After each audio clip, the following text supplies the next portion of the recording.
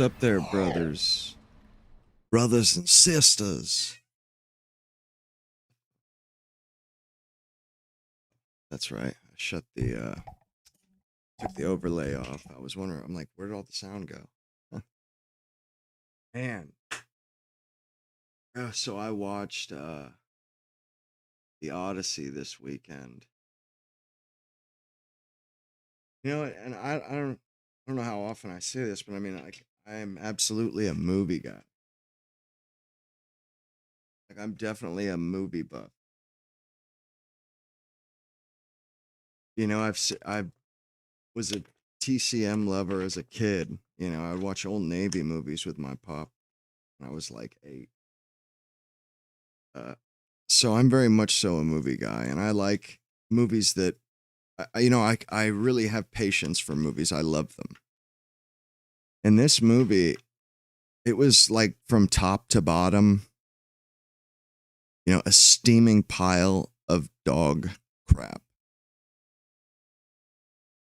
I mean, I'm gonna take my time with it today and just really lay into it.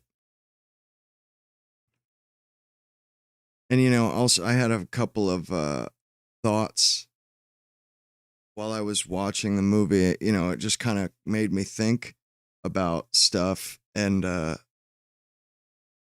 really made me grateful, actually, believe it or not. Seriously, so grateful, and for a few things, which I'll get into later. But I've always kind of wondered why the Odyssey was never made into a blockbuster movie, and I kind of understand now. It's not a good movie story. It's just not. There's a reason why it was a made-for-TV movie before this. There's a reason why they've literally scraped the bottom of the barrel for the last few decades, and nobody touched this stinker. And I think Nolan should have passed. He should have passed. I mean, I don't really think he's all that great anyway. I think he's a total idiot now. That movie was boring. It was unrelatable.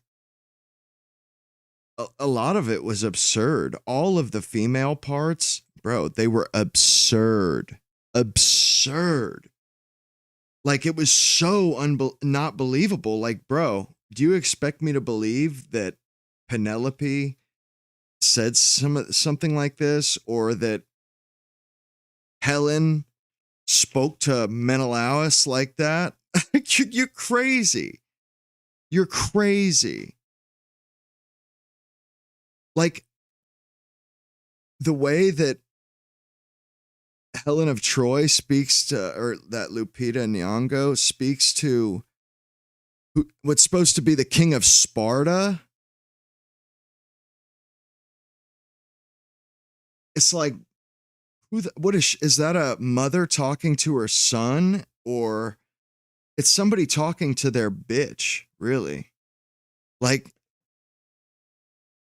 men don't talk to each other like the way that she was talking, like what Helen had to say. And it's like, this is in the Bronze Age, and you expect me to believe that the Queen of Sparta is talking shit at a banquet table? Get the fuck out of here. Oh, I've just been, stretching it, or I've been smoking this for the last few weeks. It's like $20 for a bag. At least they changed the cut, so it's a finer, thinner cut. Used to be really thick, like I have pipe tobacco, you guys know. And it was cut, it was good tobacco, but it was not cut for cigarettes. They had to do that to get around the taxes. But man, that tobacco burned like shit in a cigarette, man. It went out all the time. Even the lowest grade roll your own, like Bugler, is cut this thin. That other stuff, it was like almost like coleslaw, that kind of a thickness. But it sucks.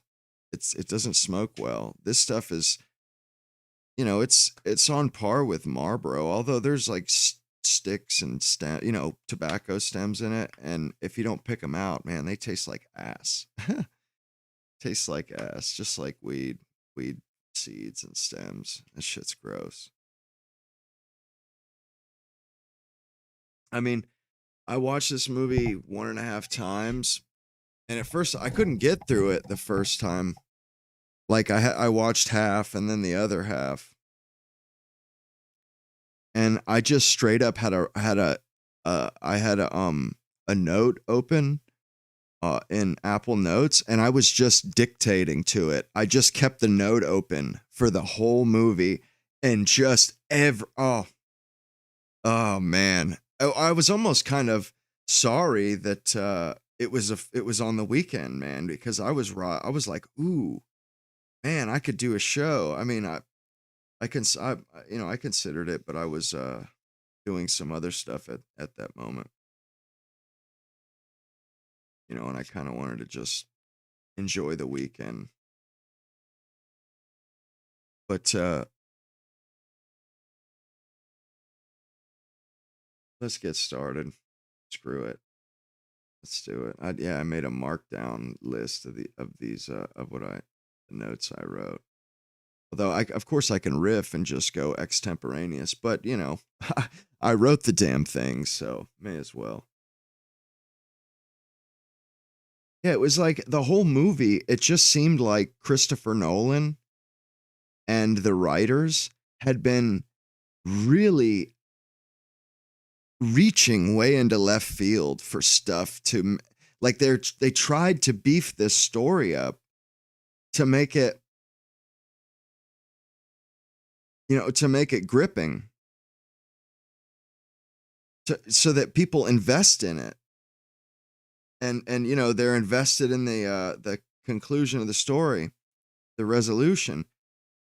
Man, it wasn't there. It wasn't there. You know what this Hollywood but this movie in particular reminds me of? It reminds me of Christian-made movies from like the 90s. They want to make a good movie with a good lesson, but they always end up leaning, going way overboard with the ideology, with the lecturing, with the message. That's what they did in that movie.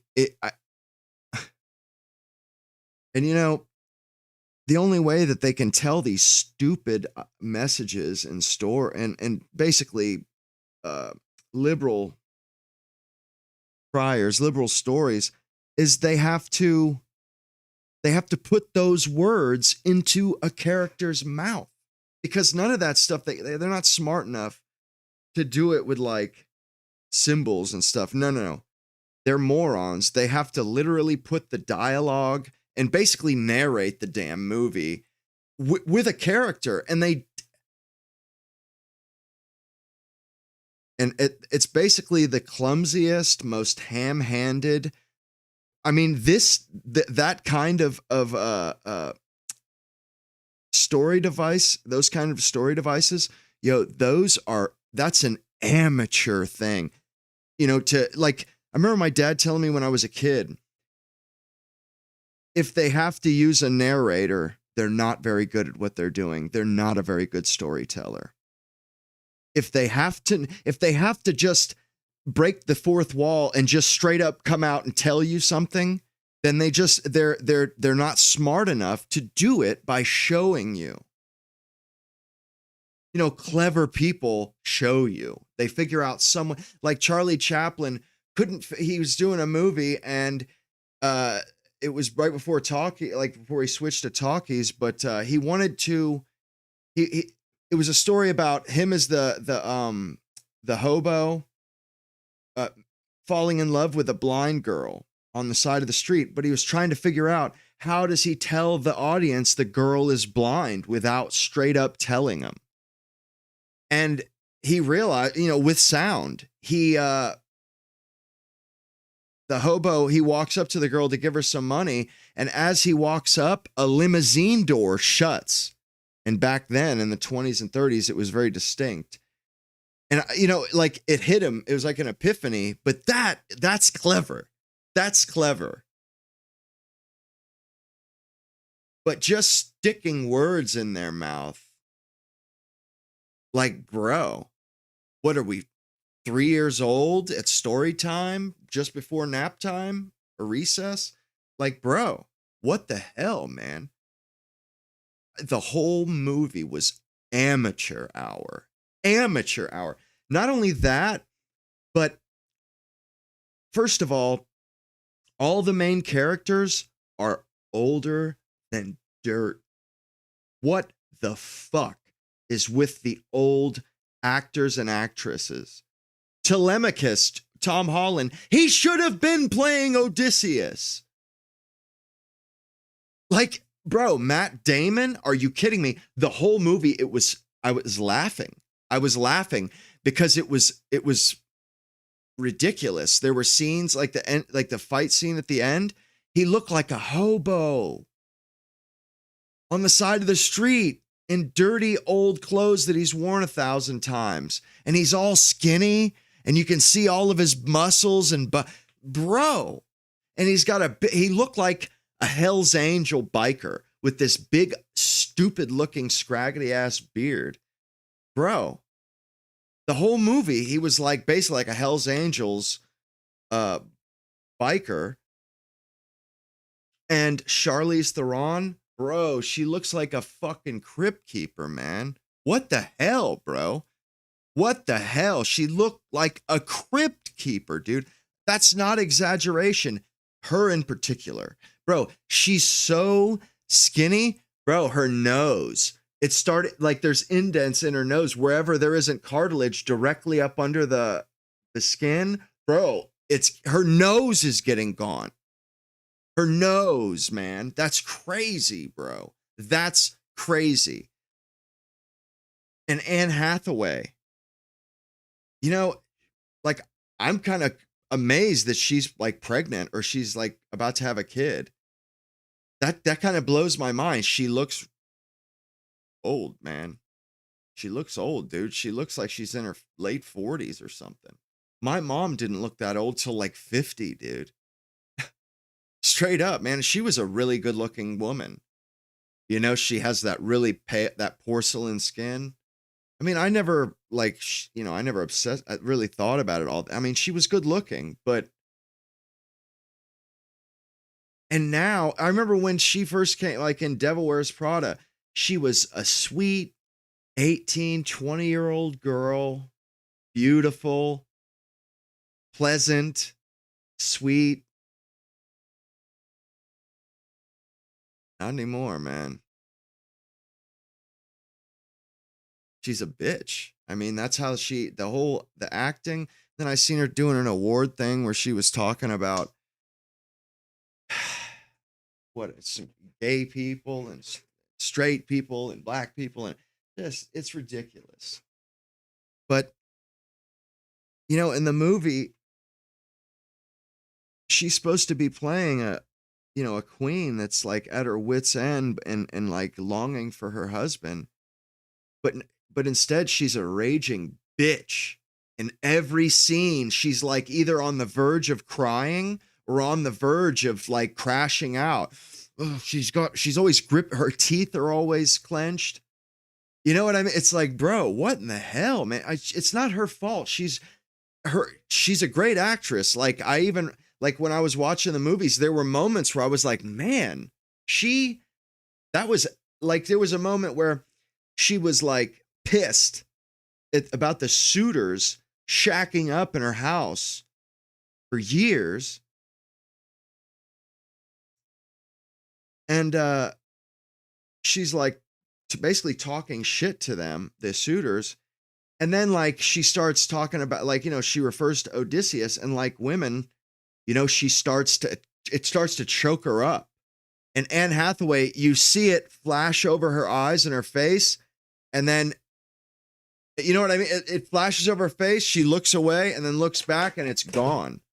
It was an impressive bit of uh physical acting. Not just talking, but like doing. I mean, so she has skills. She has skills. But this movie, it was foul. It was a shit show. I mean, it was bad, dude. It was bad. I haven't seen a movie that bad. And part of me thinks that that's how all these movies are. Hollywood's been doing. I think it's like, bro, has Hollywood just lost it? Are they ever going to be? And what's crazy is the whole movie, it felt like a bunch of amateur people, a bunch of amateur kids were doing this movie with like Christopher Nolan, and then like the 3 crypt keepers. But it was like 4 old people and a bunch of young people. And I felt like the finished product said that too, like was a great representation of that, because it just seemed like this wasn't done with any care, really. And that there weren't like old veteran professionals you know what I mean? Like on standby, like, I don't think that's going to work, fellas. Sure you want to do that? Cause this stuff is known. Bro, Hollywood, they've been making movies for over a century, bro. They have the shit down to a science. If anybody knows how to make movies in the world, it's Hollywood. I mean, nobody does movies like Hollywood did movies. And it's like had me wondering, like, bro, is that it? Like, is that it, man? Because, like, has it been enough time to where there's no veterans? That are just like, because for that century, just by making a movie and picking movie guys, cameramen, crewmen, grips and stuff, you had experience on your side. You had guys that were going to bring all their expertise to bear, and stuff like this didn't make it. It ended up on the cutting room floor. You know what I mean? They've shelved movies in the past, or the movie gets like drawn out 3 times as long as they expected it to be because they won't release a steaming hunk of shit. Bro, they released a steaming hunk of shit.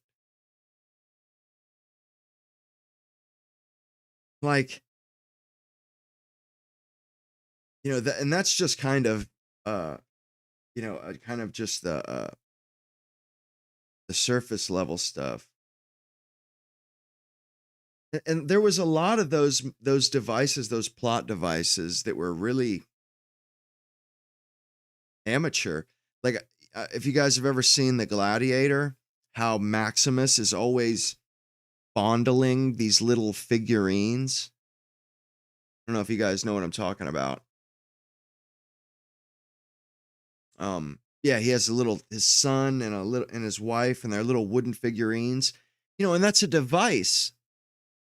So, when he's thinking of his wife and kid, it's a clever trick, or was a clever trick, so that he didn't have to say it in dialogue. They could just show you, because, he'd be rubbing on those and then he'd have flashbacks and stuff. Bro, they did the same thing in this. He had a stupid figurine of Penelope that he was fondling the whole movie, man. And it was just tired, dude. That was tired. They cut out a bunch of stuff, like I'm my name is nobody. Nobody, poked my eye out. Yeah, they cut that out of the movie. I couldn't believe it. Like, what? Why would you cut that out? That's good stuff. But they did. They did. I'll just close a couple. Yeah, it just and that's not all. I mean, there was so much that was shit.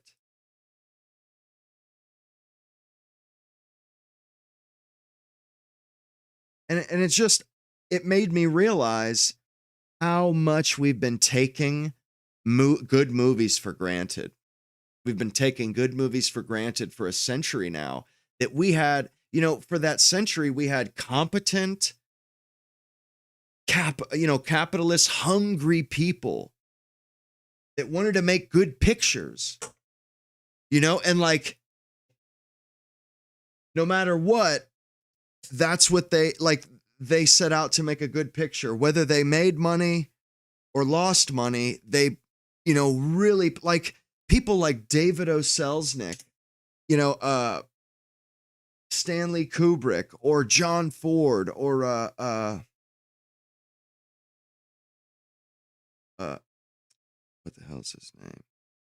Oh, well, I forget it. But a lot of there's a lot of them, and Martin Scorsese.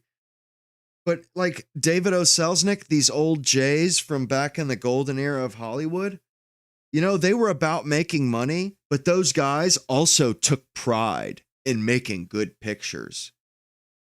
They took pride, and they were discerning. They knew what was garbage and what was good. They knew it. They really did. And you get a feel for how big of a deal it was for them when you see movies about Hollywood that are made. That they have a good time and they make money and they kind of, they cut corners where they can. But most of the time, the majority of the time, they don't skimp. They might cut corners, but not at the cost of a good movie, not at the cost of the quality. Man, they had a Viking ship, but and there was a lot of colors in the damn movie. And I watched the Odyssey with Armand in it, and there was it wasn't a colored guy, but he was a Greek, but he looked almost Indian. He had I don't know if you guys watched the finals of the World Cup. That guy with the Jufro on Spain's team. The guy looked like that, but he had a little bit more olive skin, little darker skin, and he played a flute. But there was some colors in that movie too. But what they did with this was they put in like Africans. And it wasn't just like once or twice, they like threw them in your face. And it's like, but why did they do this? Surely they wouldn't have done this if they did a movie about African tribesmen. They would not have a fucking white guy in the middle of the African tribesmen. And it sacrifices quality. That the suspension of disbelief, it's not there. It's not there. And you can't make it be there. You can't force it, basically. And the Lupita Nyong'o, and these people, Nyong'o and who else was in it? There was a couple other people that were, Elliot Page or Ellen, whatever you want to call it. They were like a minute collectively, both of them, Elliot Page and Lupita Nyong'o. But even though it was that short, every bit of the time they were on screen was atrocious. I'm not kidding. Atrocious. Atrocious. It was awful. And I don't know if it was them, like in particular. I don't know. Elliot Page, he was a pretty good actor once upon a time. You had that Hard Candy movie. It was pretty good. You know, it was sickening, no doubt, really sickening. But also, oh, that's right. She was in Inception. She goes way back with Nolan. But you know, Nolan, I want to say an Indian guy from Inception, he included in this, who was the first mate of Odysseus. Bro, not a good actor. And it just seemed, bro, it came off as a made for TV movie. It was made for TV caliber. In fact, though, the 97 version of the Odyssey, it was better. It was better, bro. It was better, man. And you know, I like the star, bro. It had Geraldine Chaplin, Charlie Chaplin's daughter, who was in Dr. Zhivago and the movie Chaplin. She was also in the movie, a movie by Charlie Chaplin called Limelight. She played a little girl in the beginning, but she was in it. And also, I forget what the Greek actress's name that was in it, but she played Odysseus's mother. And she, even though, you know, she's Greek and she's black, like jet black hair, and I don't know, I wouldn't say she wasn't she's very dark olive skin, but she was in movies back in the 60s. She was in The Guns of Navarone. She was quite beautiful, you know, quite beautiful. Hang on.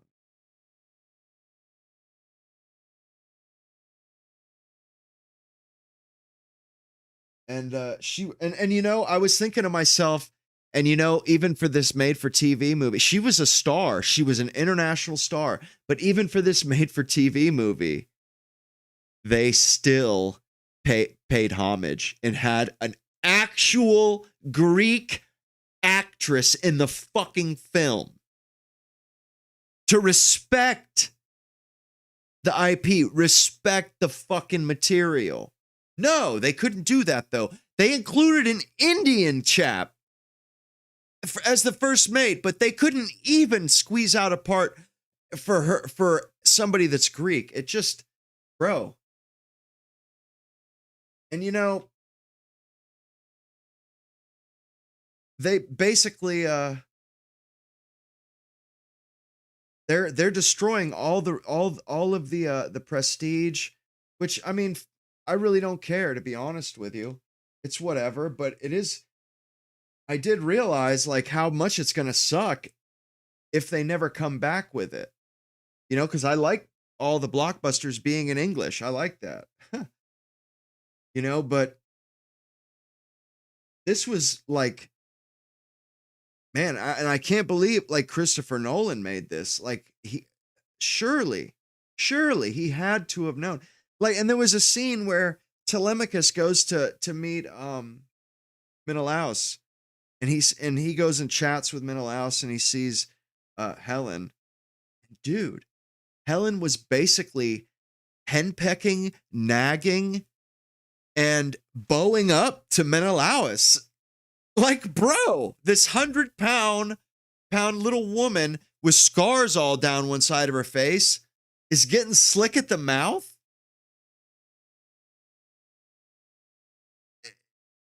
It was laughable. It was laughable, man. Truly. I mean, honestly, I couldn't believe it. I like the whole movie. And it got comical. It was like a parody, bro. The shit was like a parody. I'm not kidding, man. It really was. I must have, I forget how many words I wrote. I mean, I wrote a lot of words, or I spoke a lot of words, man. Seriously though. And I honestly, I did it for like 70% of the movie, and I made a list out of it. Like, I think I had like a good 20 different points. Hang on, let me pull one off here.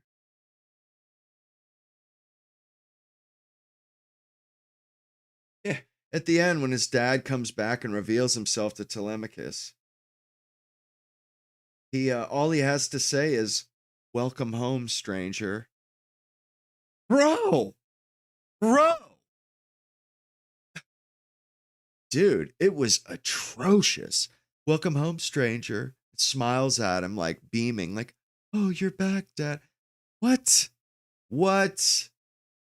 Dude, Puncho. I mean, it's just, it's comical, man. It's comical.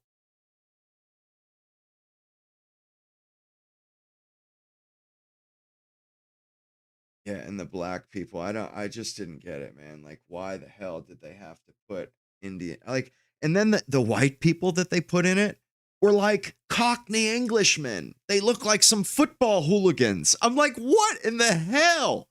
How did they manage to fuck the casting up this bad, man? This bad. It's awful.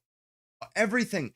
Like, there's so many, so the whole fucking movie is done by torchlight and firelight, bonfires and stuff. The whole scene of Troy getting burned down is all by firelight. Bro, it was annoying. And then the whole fight scene at the end is in like the basement of the palace with torches and fire. Oh. And then at the end, the fight scene, he reveals himself and then, he has his bow and he just starts shooting them. There's like 100 or 150 guys in this chamber. And they just like run circles around Odysseus while he cuts them down with a bow and arrow. Like, I couldn't believe it, dude. And this goes on for like 10 or 15 minutes. And then they finally corner him. They surround him. And there's a hole in the ceiling above him, and his son drops a sword down. But while he's cornered, these guys are like, this is what they're doing, like this. Like, this is how it looked, bro. It looked like they were just trying to kind of poke him. I'm not joking, man. I'm not joking. It looked like they were just trying to touch him. Like they were counting coup or some shit. Like they were Indians trying to count coup on the guy. I mean, I couldn't believe it. And then, he looked so old in that fight scene. Bro, I felt it was cringe, man. It was cringe. And Robert Pattinson, holy shit, that guy is so creepy looking. So creepy looking. He looks like, he almost reminds me of Rick from Rick and Morty, or like he's like a Simpsons character. It's like he has no lips when his mouth is closed. His lips close perfectly, and there's just, it's just flat with a slit. And you only see his actual lips when he opens his mouth. It's so creepy. It reminds me of Planet of the Apes, man. Dude, and he didn't used to look like that, I thought. He's creepy looking. I mean, I don't know. I guess he did all right in that, but and like Lupita Nyong'o talking shit to Menelaus, and he's like, he doesn't want to hear about my brother, like screaming, because she's like, tell him what happened to your brother. Tell him about the hero's welcome that he got. Tell him how my twin sister Clytemnestra welcomed her hero. Like, and she starts like kind of yelling at him, and he's like, he doesn't, like banging on a fucking banquet table. And I was like, are you kidding me? Really? Oh, a Bronze Age king is letting his wife talk to him. Oh, okay, yeah. Bro, I doubt Menelaus let Helen sit at the table, to be honest with you. I mean, if you see Troy, Helen keeps her fucking mouth shut when she's in the banquet hall in that movie. She knows her place.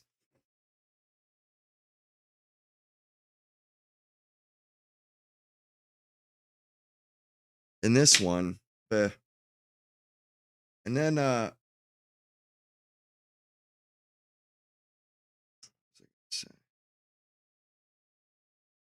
it all of the backstory that they added, like they added a bunch of dialogue to Penelope's part, to several of the women's part, because they had to be the modern female scolding and lecturing modern men. of course. Oh, I almost forgot about Zendaya. Bro, you know what she looks like to me? Just your average, everyday, run-of-the-mill baby mama. That bitch, she just looks like some colored baby mama. You know, half breed, you know, some half breed or some, you know what I'm saying? Like, and she's always squinting and she has this talking down to, like, I swear that's every movie I've seen her in. It's like she's always it's like she just smelt a fart, like she just smelt a rank fart, or she just has this resting bitch face and she's always like kind of she seems like she's condescending to everybody else. And she only had like a minute in this movie, same thing. The only one, I mean, really, I was kind of surprised to see Charlize Theron. She didn't bitch. She didn't give us a bunch of shit. But every other woman pretty much did. It was like getting scolded by a progressive libtard, basically. And you know, they couldn't make Odysseus the all-American hero like they typically do. You know, they typically make blockbuster, you know, movie characters like that into all-American heroes. They make him just, you know, a great guy. And they didn't do that with this one. And towards the end of the movie, you find yourself, you know, you notice that you don't give a shit what happens in the movie. You don't care what happens. You don't give a fuck about Odysseus or his guys or anybody because they're all, you know, like, first of all, Nolan, he portrays Odysseus as a kind of an idiot. No, not an idiot, but kind of just hard to like, I guess, yeah, like an idiot, just perplexing, puzzling.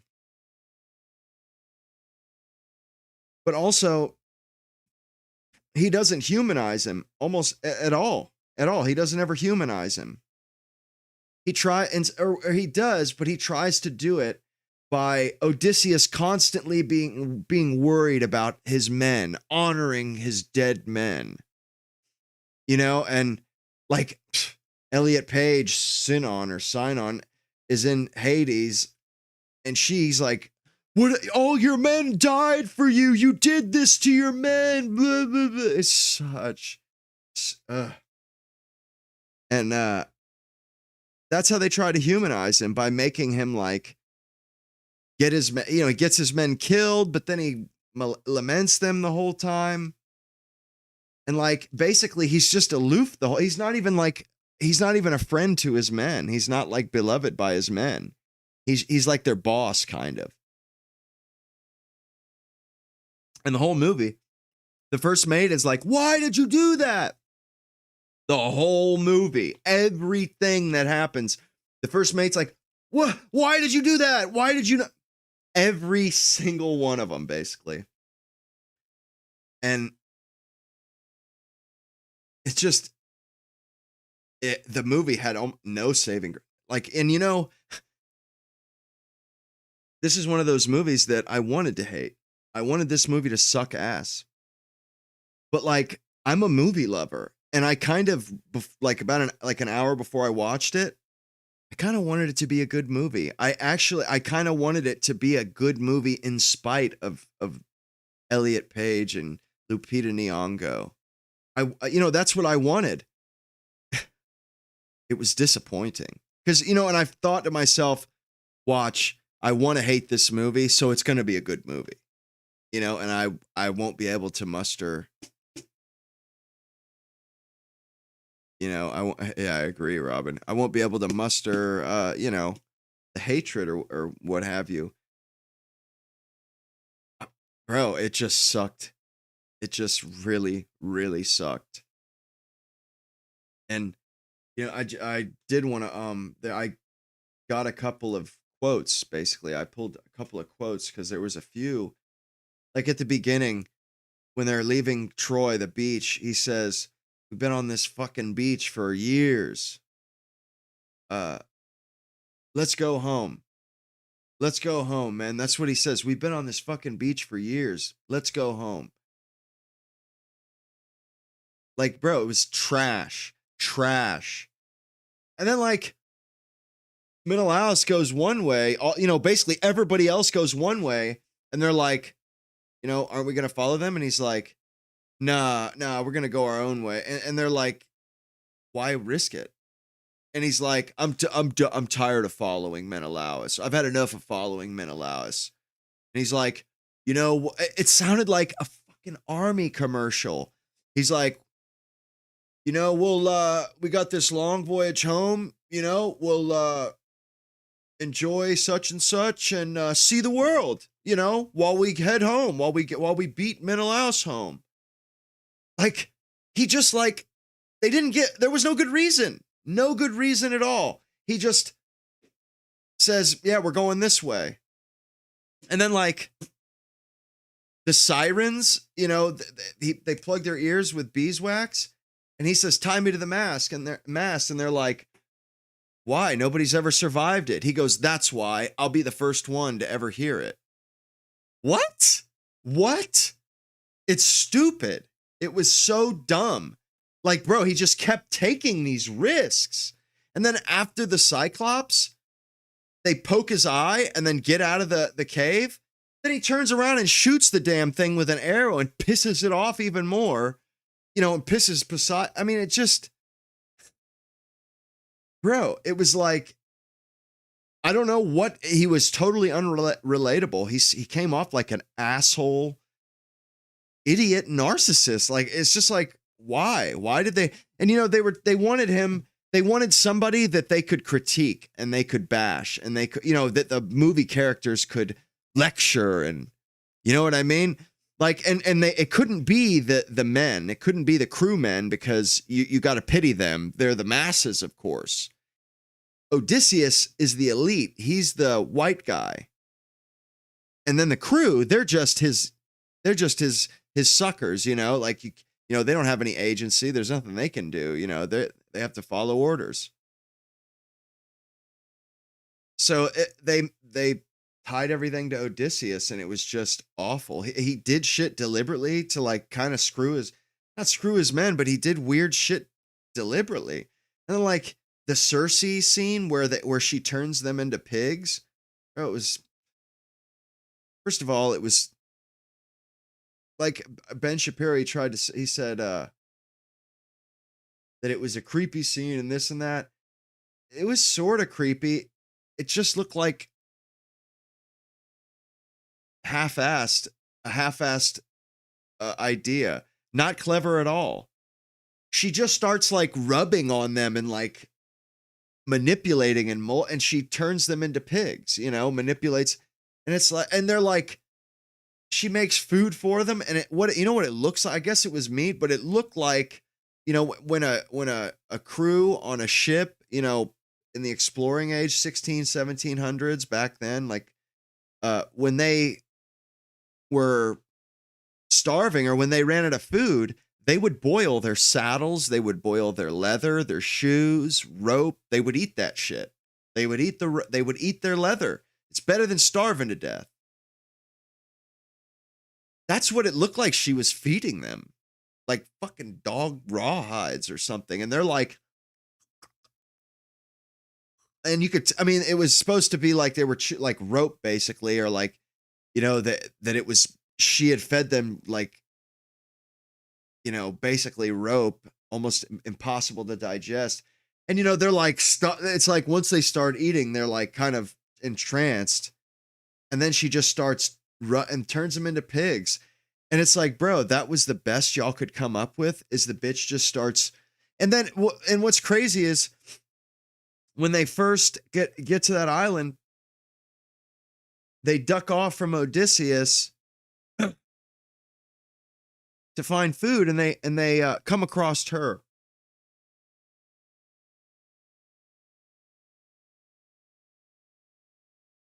It's weird. I couldn't swallow there for a second.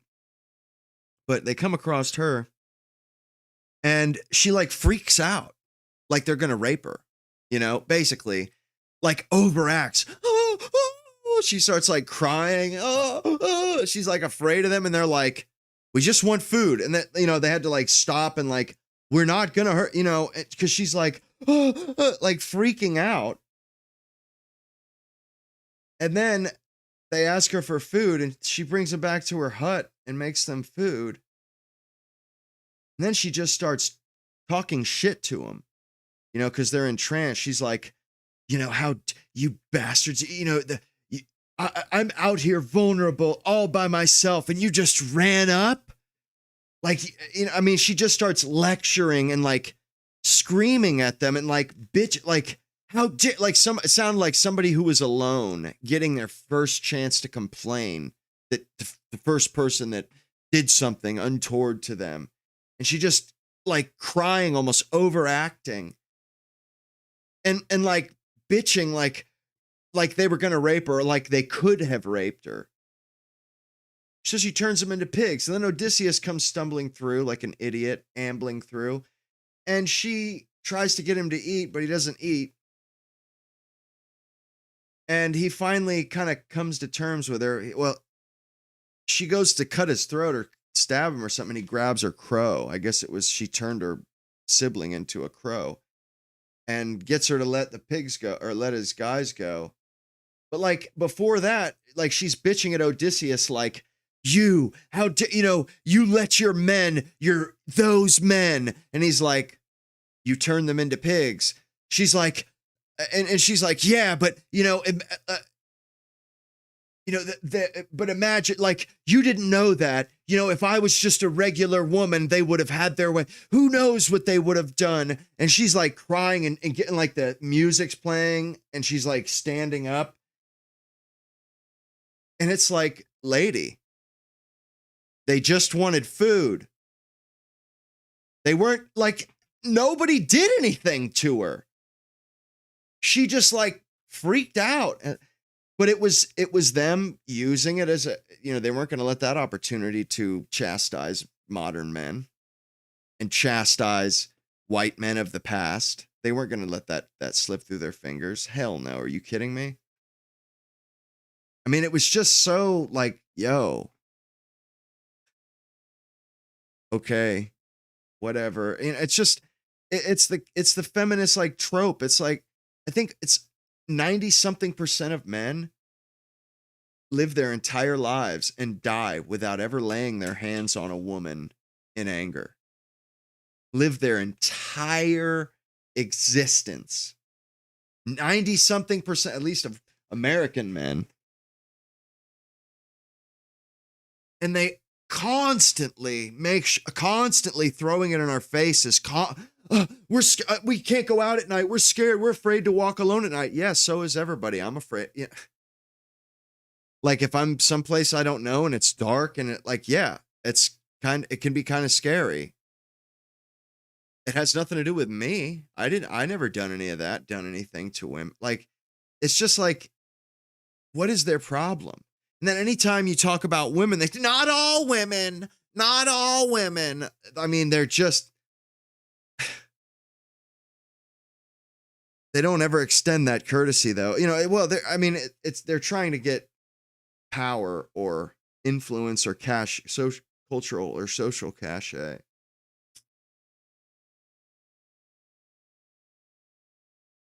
And Anne Hathaway, there's a scene at the end where she's basically talking shit to the suitors right before Odysseus reveals himself and does the bow trick, strings the bow. And she's like talking shit to him, teeth clenched, just reaming them out basically.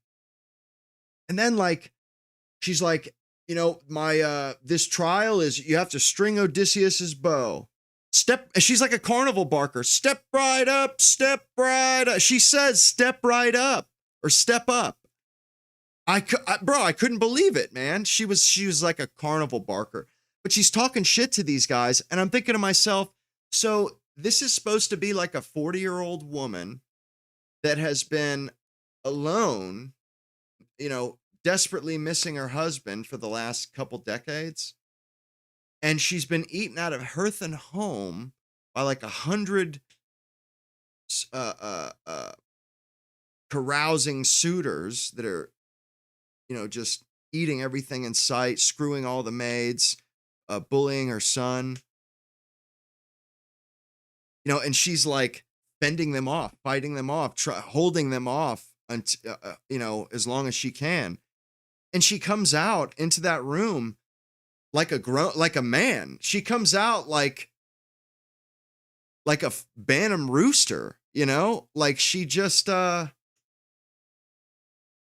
she's 7 foot tall, 300 pounds. She comes out, just big as shit and just starts kind of talking shit. And it's like, and what's funny is she's talking shit and she's like, kind of talking tough and like basically saying, well, your time has come, boys. I'm fixing to throw down, motherfucker. I'm fixing to whoop you. I'm going to open up a can of whoop ass on you assholes. She's talking like that. And then she goes, and now it's time. Or no, she says, you've been eating me out of hearth and home and all this and all that, blah, blah, blah. And I just can't wait. I've been praying for the day when Odysseus would, I've been praying for the day that Odysseus would see this for himself. And I'm thinking, she's talking like she's going to kick some ass, but really at the end of at what she says, the speech, reality asserts itself. She can't do anything. She's a woman. She talks shit to him. She has they could kill her right there if they wanted to. Oh, and I'm supposed to believe that this woman goes out there big as shit, talking shit to these guys like, I'll whoop your ass, punk. Up in here, eating me out of hearth and home. This, that, and imposing your... Bro, and then, she's talking to... And then she's like, I just can't wait for the day that Odysseus can see this for himself. And I'm thinking like, bro, where do you... Like, I just couldn't believe it. I could not believe it.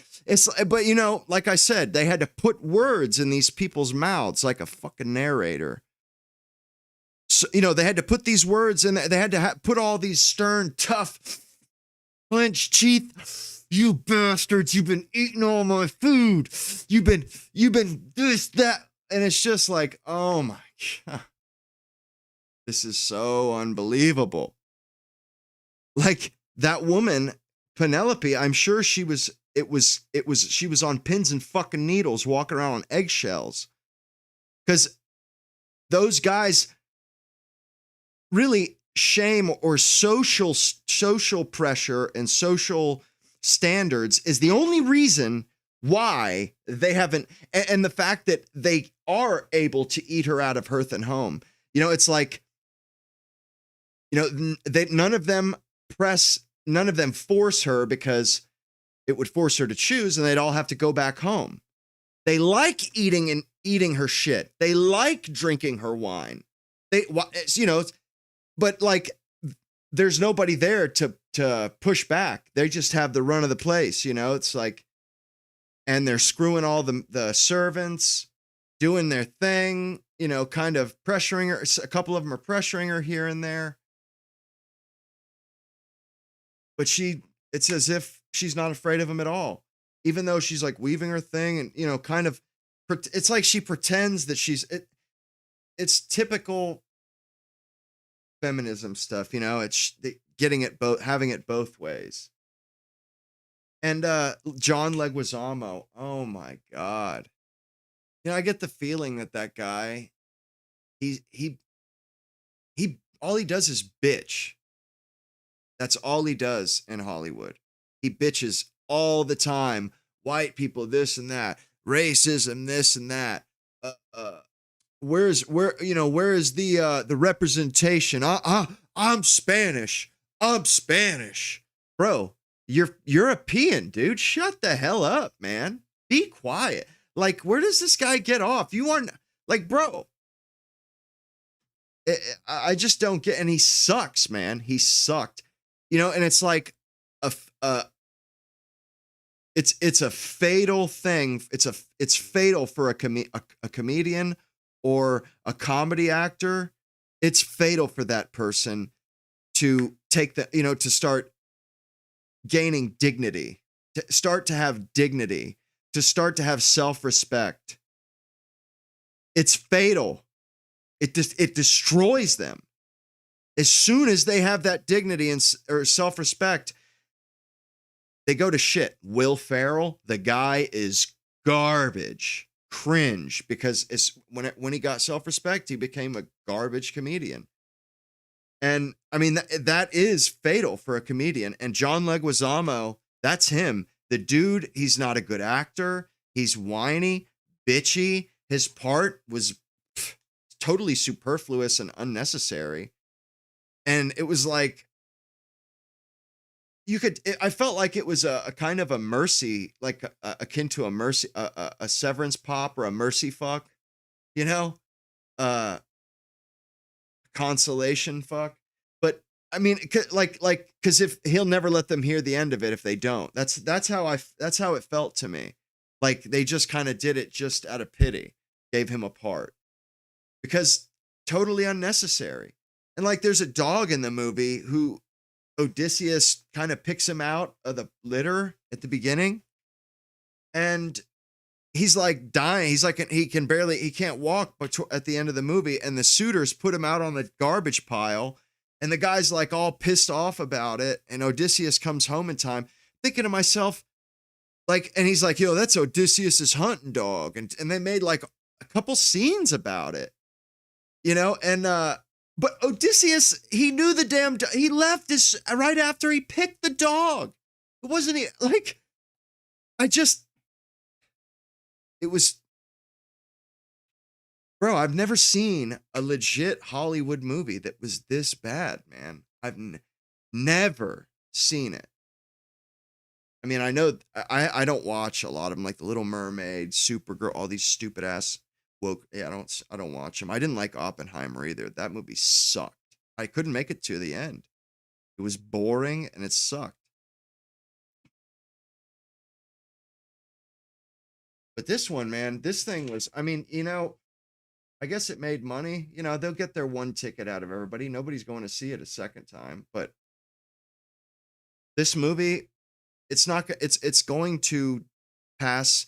It's going to have its time in the theater. And then when it's out of the theater, it'll be just like Napoleon. Nobody will ever talk about it again. This movie, I won't ever watch this movie again. That's crazy. Like that kind of blows my mind. And Napoleon was basically the exact same. From Ridley Scott, great director, loved his movies. Totally sucked. Same thing with this one. And honestly, like I said, by the end of the movie, I was thinking to myself, well, that makes sense. That's why nobody ever did The Odyssey as a blockbuster movie. The story, Odysseus isn't all that likable. He really isn't. Really, there's nobody in this movie that's likable. Nobody was endearing. I wasn't rooting for anybody. Like, bro, how can it be a movie? How can it be a movie if you're not invested in any of the characters? Bro, why do they have to keep, and I feel like they use these old Crypt Keeper actors and actresses. I think they use Crypt Keeper actors when they're white roles. It's like, because they've locked white men out, they refuse to allow white men to have an opportunity. They won't. Robert Pattinson, he had Twilight, and then they've like kind of relegated him to shit since then. And they do that, it seems like, with everything. So they have like this core of woke Crypt Keeper, like Ben Affleck, Matt Damon, these Crypt Keeper actors and actresses, Charlize Theron, and they're stars. There's no stars because they haven't allowed any white men. Like, it's like they're cutting their nose off to spite their face. And so they have to use these, they don't have any young actors the right age that can carry these movies. And, you know, it would be, I mean, I really don't care anymore one way or the other. You know, they can keep going this way and, you know, commit suicide as an industry. Go for it. You know, it serves you right, you pieces of shit. You get what you deserve. Uh, or, you know, maybe they fix it. Maybe they, you know, do a U-turn. That would be cool too, you know. I mean, I miss Kingdom of Heaven movie. You know, Kingdom of Heaven, Robin Hood with Russell Crowe. You know, they made some Troy after 2000. They made some damn good movies there. Some damn good films.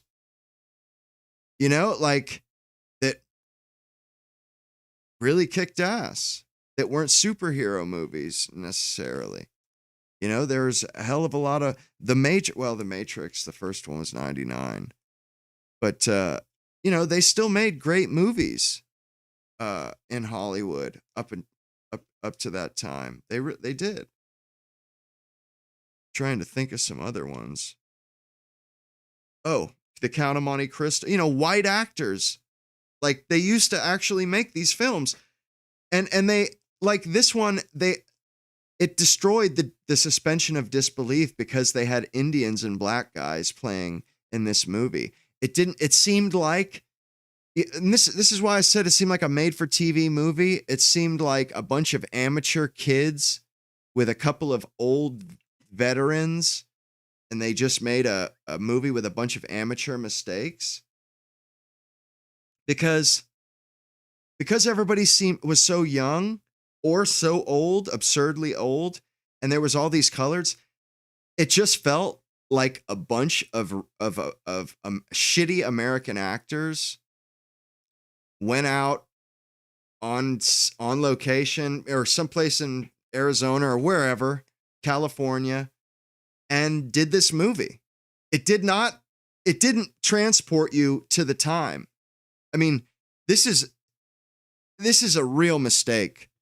If they get rid of the you know, doing correct, you know, period correct and racially correct actors and actresses, that's it. Stick a fork in it. I mean, you know, it feels like you're just down the street in some, you know what I mean? Like in some structure that resembles Greece. It did, you know, like Troy, these movies, it doesn't seem like America because they're white guys, but you know that it's not America. This is somewhere else. This is another time. And there are several things and you know, honestly, Ben Shapiro loved it. He's a Christopher Nolan fanboy, but you know, Ben Shapiro is a movie buff too, like me. He's a movie guy. We both have the same favorite movie, believe it or not. Amadeus. Amadeus is it's like it's a top 5 movie. It's like one of my favorite movies. That's his favorite movie. And I remember when he said that, or I was watching him and he said that, and I was like, no shit. And I knew he liked movies. And so I kind of respected his opinion. Matt Damon. I saw that in the movie theater with my mom, actually. Team America, World Police. But, you know, Ben Shapiro, he lost my, you know, he thought this was a good movie. He's an idiot. He's an idiot, man. This was not a good movie. There was nothing good about this movie. The CGI was trash even.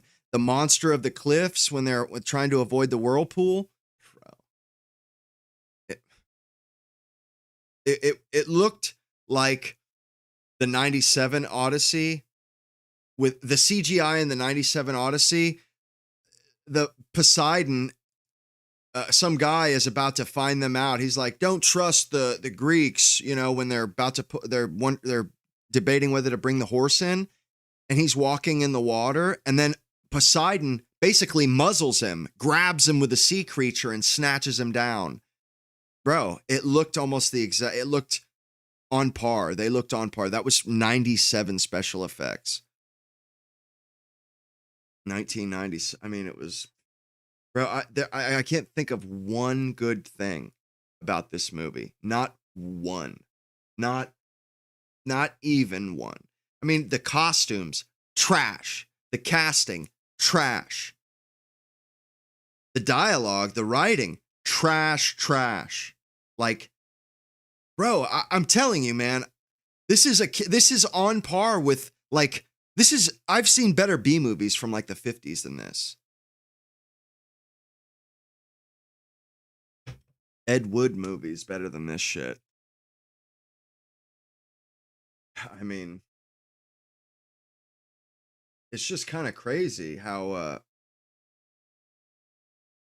and you know, honestly, like I was saying, how it made me appreciate, or made me, I was thinking about things while I was watching it or after, and you know, it occurred to me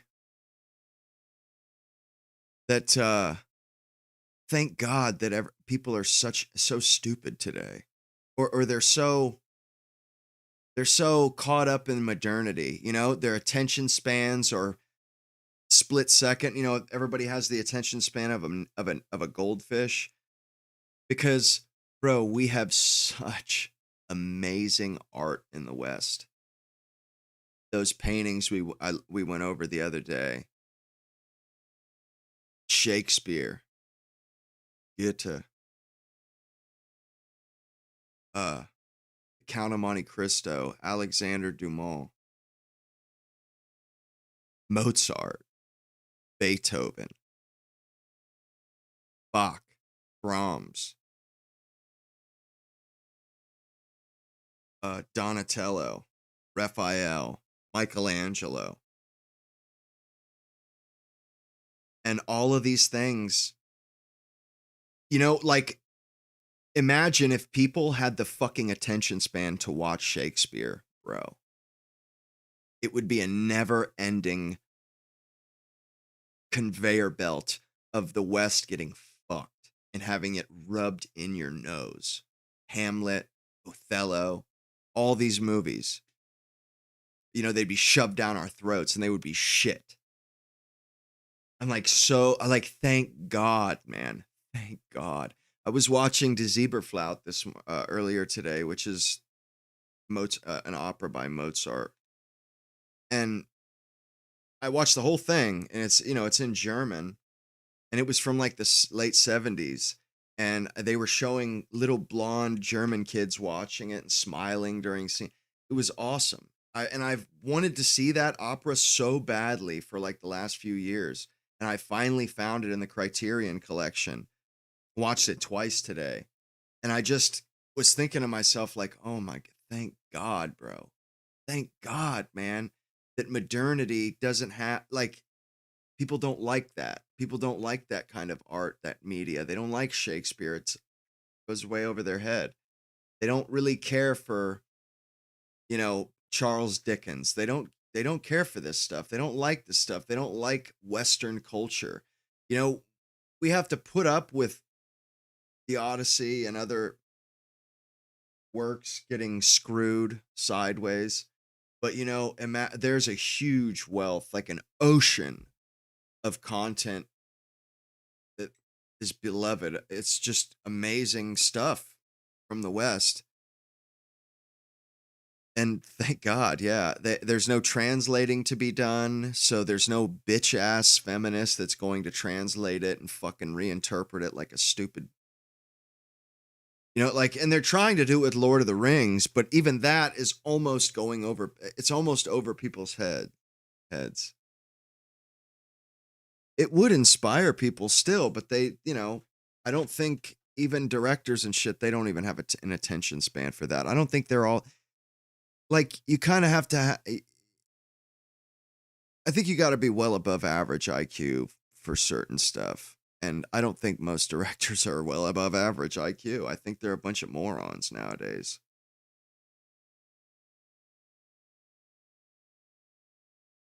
Truly.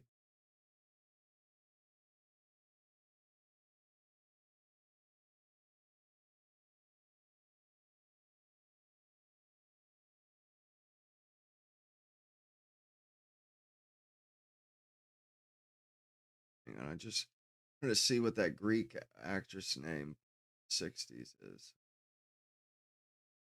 It's been pissing me off the last few minutes.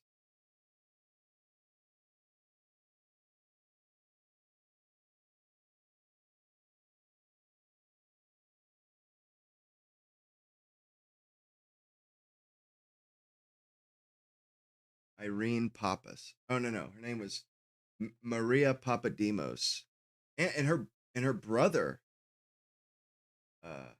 No, her name is Irene Pappas. Yeah, Irene Pappas. Yeah, she was quite beautiful. Yeah, there she is. She played Odysseus's mother in the '97 one. Bro, she was fucking beautiful, man. Truly, look at bro. She was quite stunning, and she had the thick accent. She wasn't even that. She was pretty good looking as like a 60 something 70-year-old woman too. She still, she has the striking eyebrows. She's quite lovely, beautiful, thick, dark hair. I mean, and she's like a darker version of Sophia Loren, kind of, but still beautiful nonetheless. And at least in like the Guns of the Navarone, they included her and Greeks in that movie too. Like trying to they included a few Greeks. They included the guy who plays her brother in the movie. What's his name? I think he spoke yeah, James Darren. I thought he spoke Greek in the movie. Anywho, yeah, they had a few Greeks that was in it. But like you'd think that Hollywood, they used to have respect, man. They really did. Hollywood, you could say a lot about Hollywood. It's always been kind of a bad place, Babylon, so to speak. House of Cards. But they did have some principles, you know. The end product used to be used to matter over everything else. They cared about the product that they put on the screen. And they respected IP. They respected material.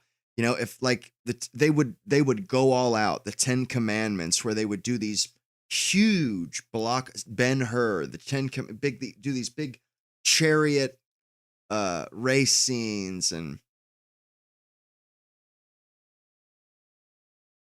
but now it's just like, man, they do like something like and there's a reason why it was made for TV, the one in '97, because the movie, it doesn't really have anything to spend money on. It's like the story is about some guys on islands, basically. There's not much going on, and they struggled with that. They injected a bunch of bullshit, John Leguizamo, and they just injected a lot of crap that didn't need, that they cut stuff out and added stuff.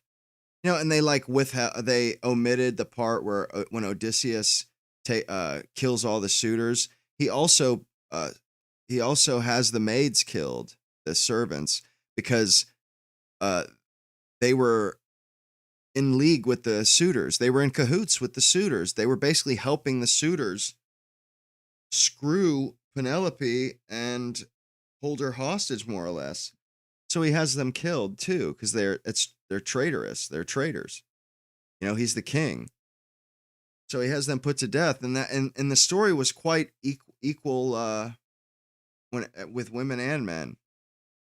It the women and the men at the end were judged. Well, this one, the men die, but the women don't. He omits that.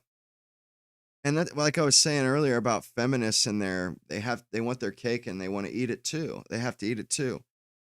That's what they always do. Like the feminist thing, they have to have it both ways, where the maids are doing dastardly shit, spying on her and telling the suitors, uh, you know, that she's lying, this and that. And at the same time, though, they get let off. And basically, what it is women, they want to have the freedom to do stuff, but they don't want to have the responsibility, the accountability.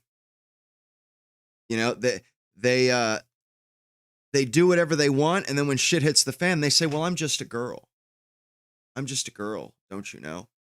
You know, let me do whatever I want, but when I do something bad, when I do something that I should be put to death for, or that I should go to, you know what I mean? Like when there's consequences to what I'm doing, like, and it's the same thing with everything.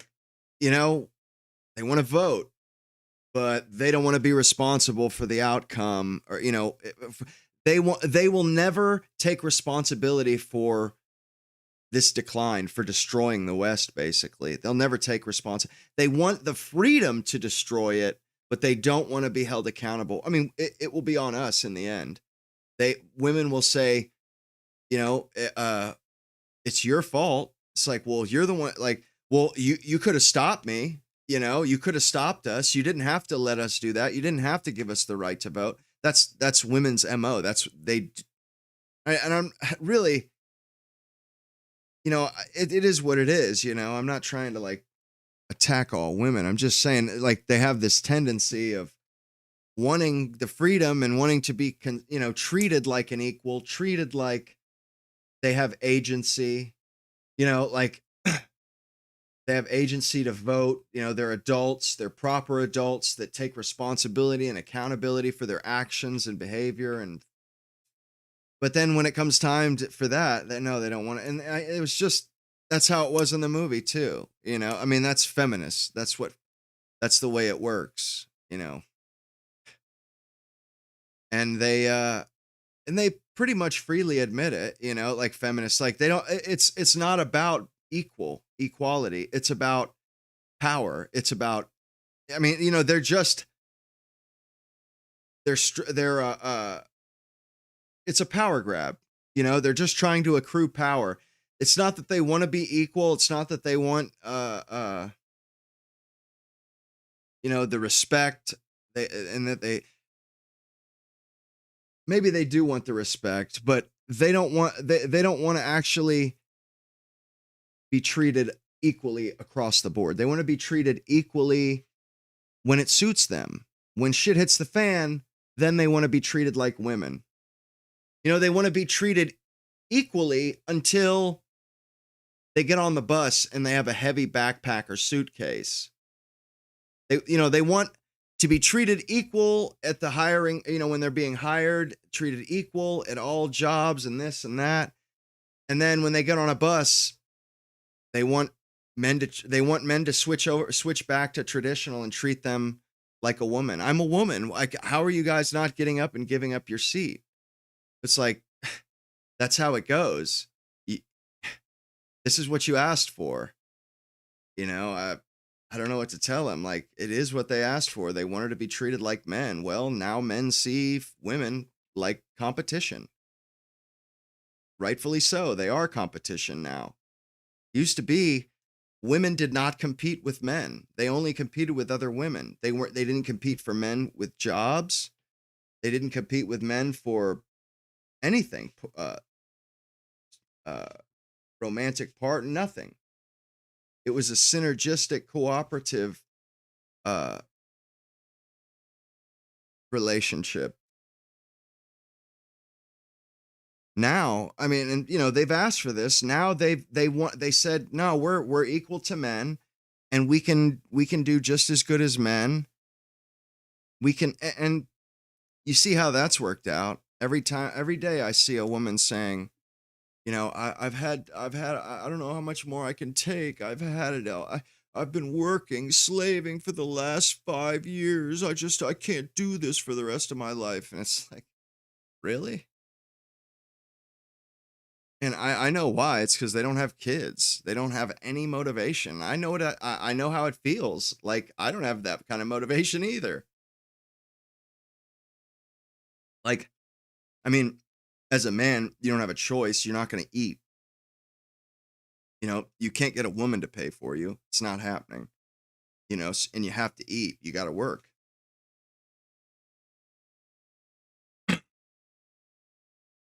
But and we have to deal with it. Like you don't hear you don't hear men complaining about that. It's just in that movie. It just, man, just a sorry piece of shit. That's what that movie was. A hunk of shit, just like Napoleon was.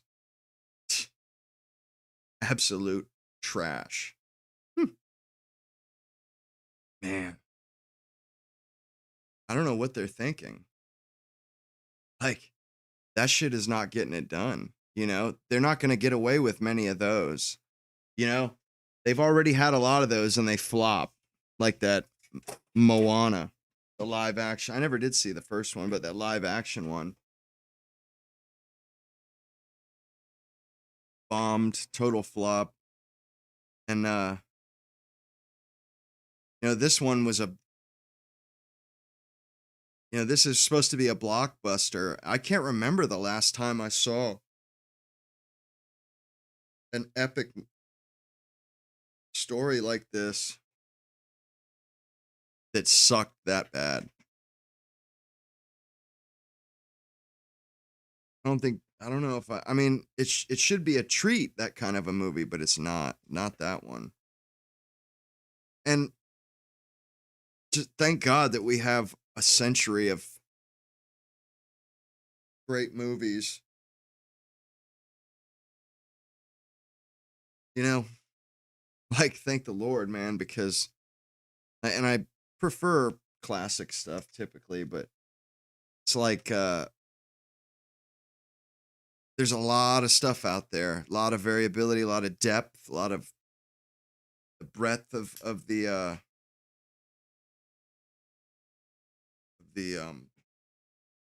amount of I mean, my brother, he watches a couple black and white movies every night on YouTube, at least one every night. He's been doing that for over a year now.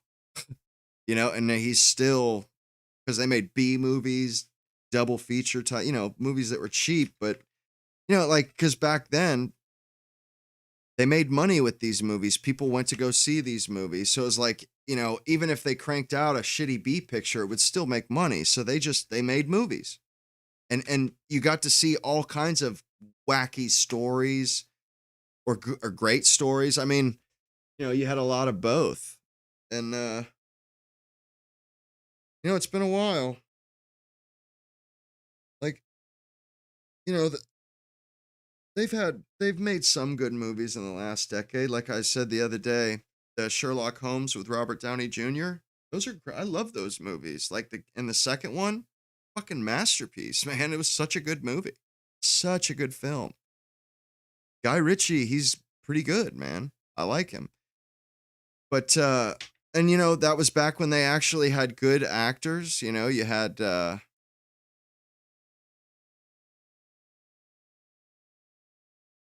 was good stuff like Robert Downey Jr., Jude Law, um, the guy who played Moriarty. I mean, good actors, truly. Although I guess it's more or less just them two, Jude Law and. But this all the ideology. It's really. It used to affect the product. Now it is the product. Like I said before, or like I compared them to, you know, 90s Christian filmmakers, how they would try to make a good movie that had a good Christian lesson or message. And it would just be so just like lectury and over the top. and it would destroy the movie would be no good. But that's what they're doing now. The ideology is, that they let it get in the way. And it's sad, man, because I've seen, I know when I watched that movie, like I realized how well I know movies and how much I take good movies for granted, because I watch a lot of movies and I rewatch movies. Like I really appreciate good movies or even decent movies, there's usually some saving grace. This one, there was nothing, man. And I just, and I guess, it is a lot like Napoleon, just not good. Totally, totally muffed it. They just messed it up. Took material that had a lot of possibilities and butchered it. Just totally butchered it.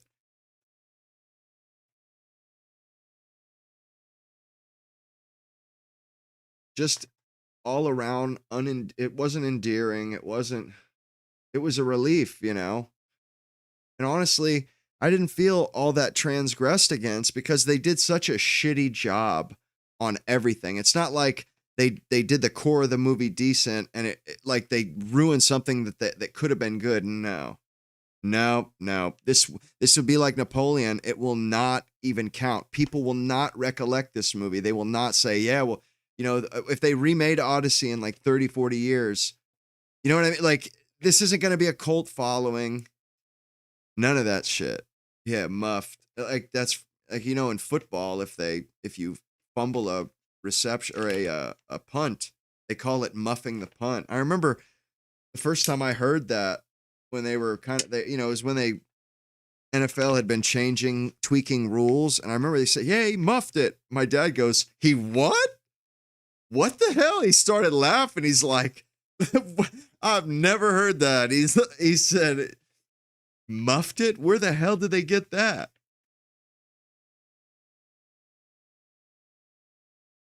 But maybe they'll learn their lesson. But I think, like I said, they have really burned Americans, like especially us, like white men. We were the one we would take our girlfriends to the movies. We would go on date night. We would take not anymore, man. This modernity, it has destroyed a lot of these businesses that used to be reliable, they're just, they get no help from the chuds. They get no help. Like I'm not going to pay money for this stupid movie. And like the Prestige, like I was saying, they had good movies that had white guys in them not that long ago. Like the Prestige. It was such a good movie. Such a good movie. And yet they didn't feel the necessity to shove down our throats a bunch of tired like this ideology. It's so ridiculous. Like when are they going to drop it? When is it going to fade? I mean, woke faded, but it's like this stuff, a lot of it, I don't know. I just don't get it. It's not getting our culture anywhere. It's not getting society anywhere. We've tuned out. They're not pissing us off. You know what I mean? Like, I don't get what it is that they're trying to do. Like, are they just trying to destroy everything, on these woke altars, like to prove a point?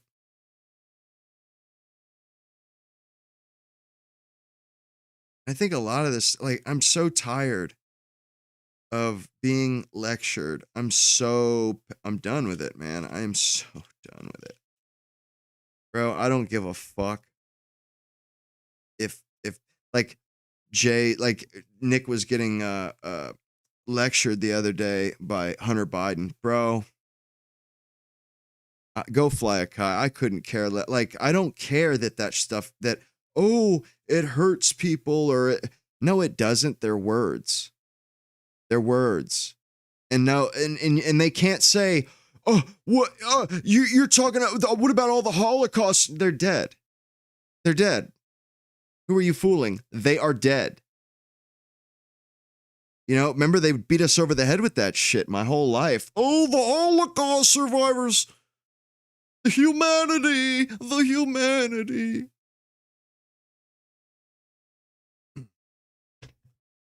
Black people. Bro, I'm done. I'm tired of this shit. Like, fuck you. Like that Shiloh Hendricks, bro, gets convicted of saying the N-word. I thought this was America. I thought that we had the First Amendment. What about our precious democracy? Where the fuck did that go? Oh, of course I saw it. Like, dude, what the hell, man? And you know, bro, how the fuck is it? How is it a problem or racist to call a Somali an N-word? He wasn't a slave. He doesn't have any generational trauma.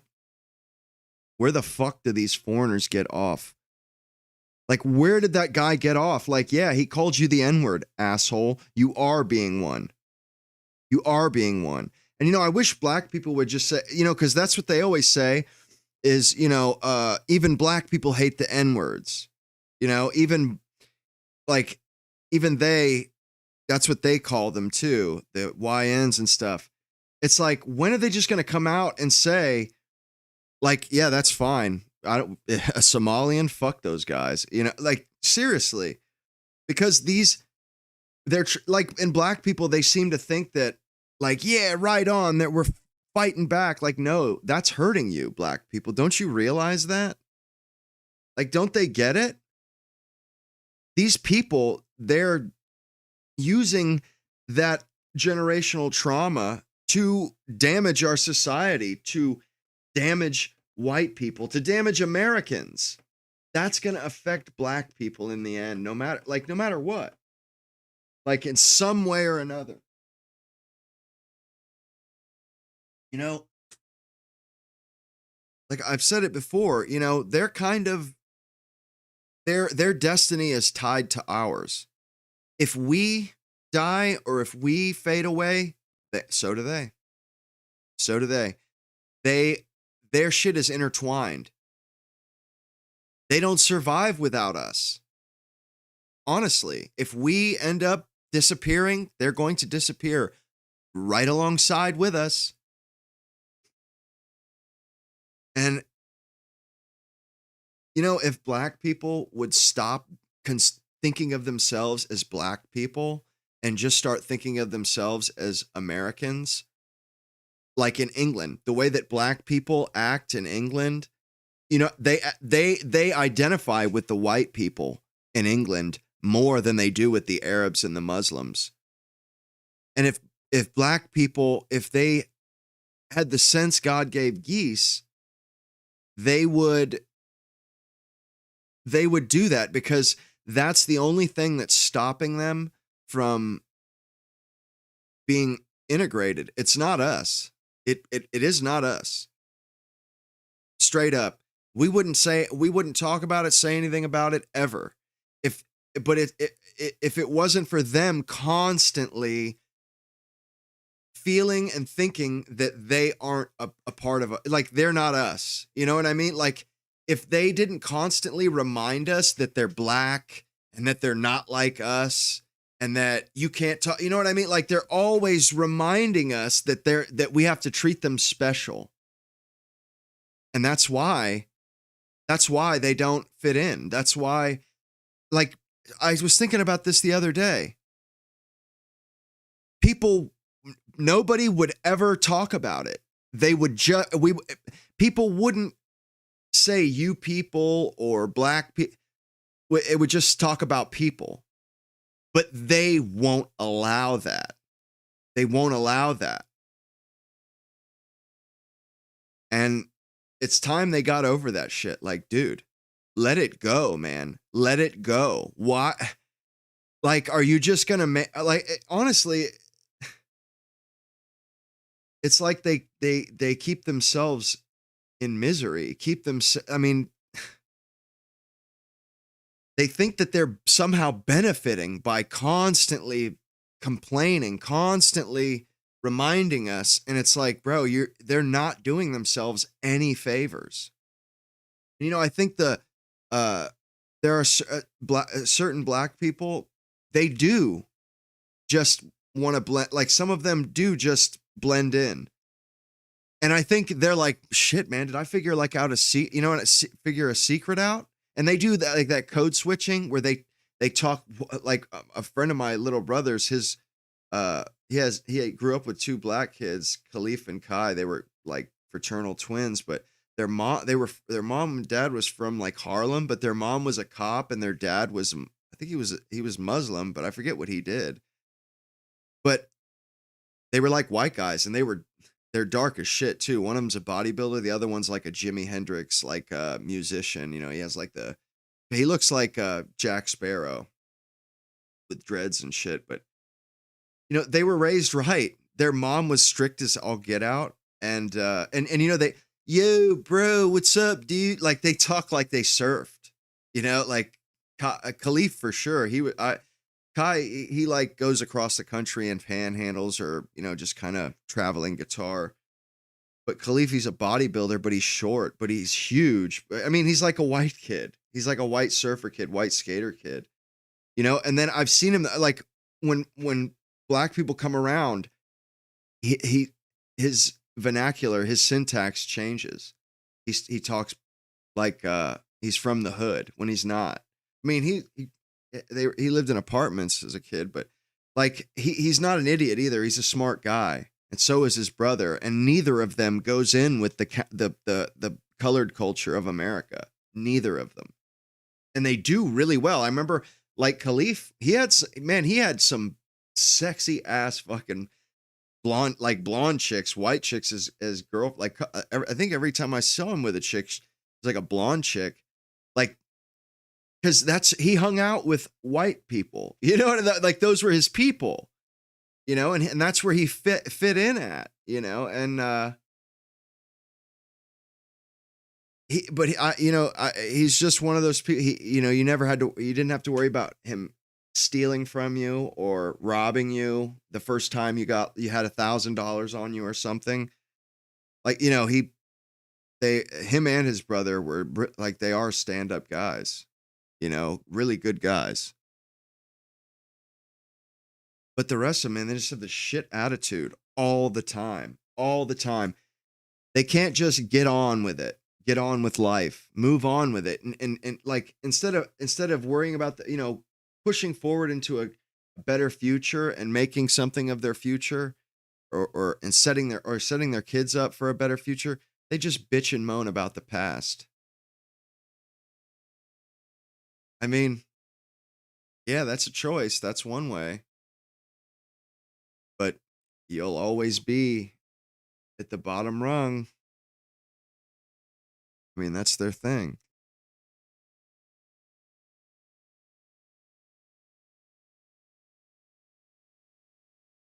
Honestly, I can't believe that Ben Shapiro actually said that was a good movie. Like, I almost felt like, well, who paid him? Because it's crazy. Yeah, I'm gonna play that. I'll let Critical Drinker play for a few minutes because I watched this the other day, and it had some good. He shows some of the movie.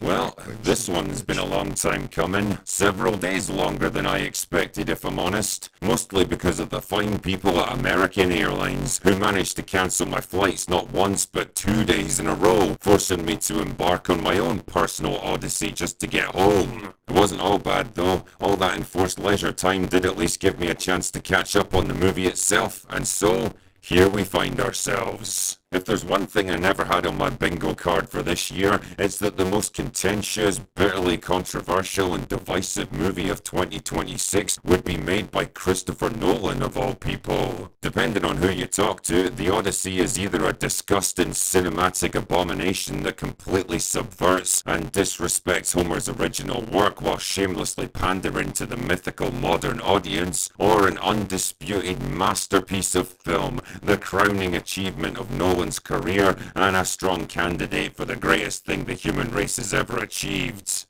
Fucking calm down, love. But no matter which side of the divide you come down on, half the movie-going world is going to despise you until the end of time itself.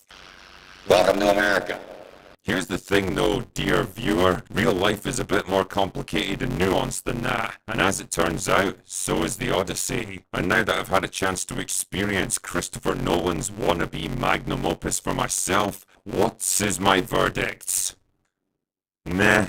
I know that sounds like a bit of a weird reaction considering all the hype around this film, but it's the word that best sums up my feelings by the time the credits rolled. I just didn't feel much of anything. For all the controversies and culture warfare swirling around it, The Odyssey was pretty much exactly what I expected from a late-stage Christopher Nolan film. Technically impressive and commendably ambitious, visually dour and bleak, emotionally sterile and weirdly lacking in pace, urgency or satisfying payoffs, populated by cold, distant characters that give nothing away and invite no empathy from the audience, dialogue that's jarringly clunky and on the nose, often delivered by talented but miscast actors, and ultimately, an ending that fails to capitalize on its incredible build-up. It's a movie about love, yearning, adventure, wonder, mysticism, and epic mythology woven together by a man who either can't or won't understand any of those things. The Odyssey picks up about 20 years after the fall of Troy and the end of the Trojan Wars. Matt Damon's living on a beach with Charlize Theron with no memory of how he got there, while Zendaya stares at him every once in a while to display her incredible acting range. Ha! Go on, love, show us what you can do. Anyway, this setup acts as a framing device for the rest of the narrative that gradually gets filled in the form of flashbacks. That Zendaya, it occurred to me when I seen her bitching or talking to Odysseus at the beginning, how she just looks like your average, everyday, run-of-the-mill colored baby mama. Straight up, a baby mama. You know, she's a single mother, like a half-breed. You know what I mean? Like that chick just looks like a basic bitch, a basic black bitch. Basic half-caste. Flashbacks, the first of which is the Siege of Troy, where Matt Damon uses the Trojan horse to get him and his men in sight. The audio's weird. Hang on. Let me see. Is it my audio that's weird, or is it the video?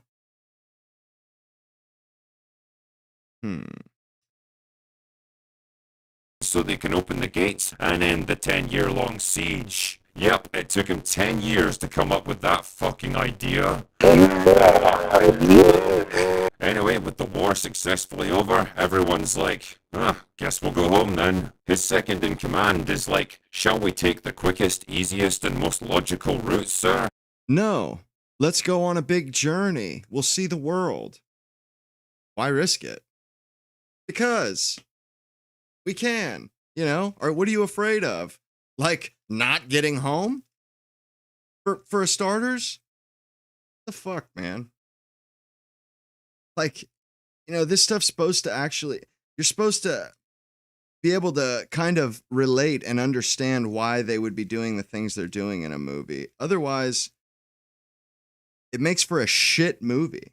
But Matt Damon's like, nah, it'll be fine. So instead they head south and end up trapped in a cave with a giant cyclops that eats a few of them. Then they escape, but Matt Damon just can't resist shooting it with his bow, which incurs the wrath of Poseidon, who blows them to another island altogether, where they run into a bunch of medieval space marines who promptly kill the shit out of them. It's at this point that the survivors decide they've had pretty much enough of Matt. There's the Indian guy.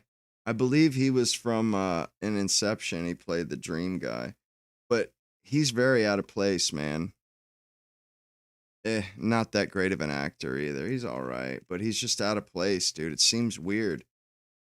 It really does. And they if they had just chosen like somebody maybe half Indian, or like I said in the '97 Odyssey or Odyssey, there were some like pretty like damn near black guys. They were dark Greeks. There was one that had a Jufro, played the flute, but and I was thinking like, well, shit, there you go. There's some dark Greeks. No, they had to put an Indian in there and black guys, Africans, and it's just, it destroy. There's no suspension of disbelief. None. None. It doesn't feel like this is the Odyssey. It doesn't feel like you're back in the Bronze Age. It feels like you're down the street and everybody's playing fucking dress up, or it's like a Halloween keg party or something. It's lousy. Damon's shit, and they head off to find a lovely woman named Cersei who turns them into pigs because she hates men or something. But then Matt Damon shows up and persuades her to turn them back into humans, and decides he should probably get some advice on how to get home quickly because, this whole journey is starting to drag on a bit now. So there's something else that bothered me. Every 2 seconds in this movie, Zeus's law, Zeus's law, the law of Zeus, Zeus's law. I mean, they must have said that shit 2,000 times. They just beat that shit into your head. The whole Zeus, and I've never heard of Zeus's law. I mean, I know that they had a thing about hospitality back then, but the old Odyssey from '97, they talked about that like when they were at the Cyclops' cave, but they didn't call it Zeus's law, and they didn't just every time they went to an island. But what about Zeus's law? What about Zeus's law? It's just like, dude, give it a rest. I'm serious. Every scene, they like half the words were Zeus's law. Like, what the? Just, there was a lot of beating a dead horse in this movie. him and his bros literally go to hell itself and get berated by the spirit of Elliot Page for a while, then land on another island where they're told not to eat any of the cattle there or they'll all be cursed to death. So they eat the cattle, and wouldn't you know it, their ship gets destroyed in a storm, and Matt Damon washes up on a beach with Charlize Theron, who keeps him. And at the end of the movie, when he goes to kill the suitors, his son's like, "What, you're gonna do it? Why?" And he's like, he says, "Their blood belongs on my hands." Bro, that is the dumbest shit I've ever heard. Who the hell says their blood belongs on my hands? Nobody. Nobody said that ever. Ever. Their blood belongs on my hands. Like, yeah, those are human beings, bud. I don't know, it's just, there was a lot of stuff like that where it's just like, bro, this is so unrealistic.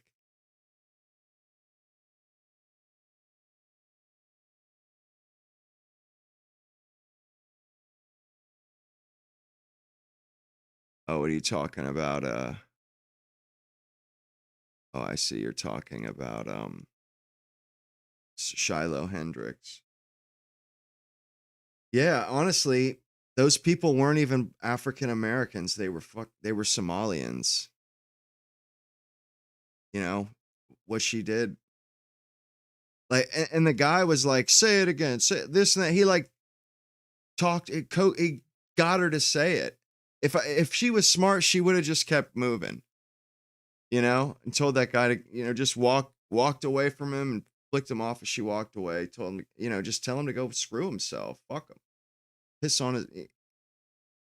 Screw that fucking eggplant. Drugged and ignorant for the next 7 years, but eventually he decides he ought to get back to his wife Anne Hathaway because it's been like 20 years now, and she's probably wondering where he got to. I mean, like, no offense to Anne Hathaway or anything, but if I had a choice between her and an immortal Charlize Theron, well, really? I know which one I'd be.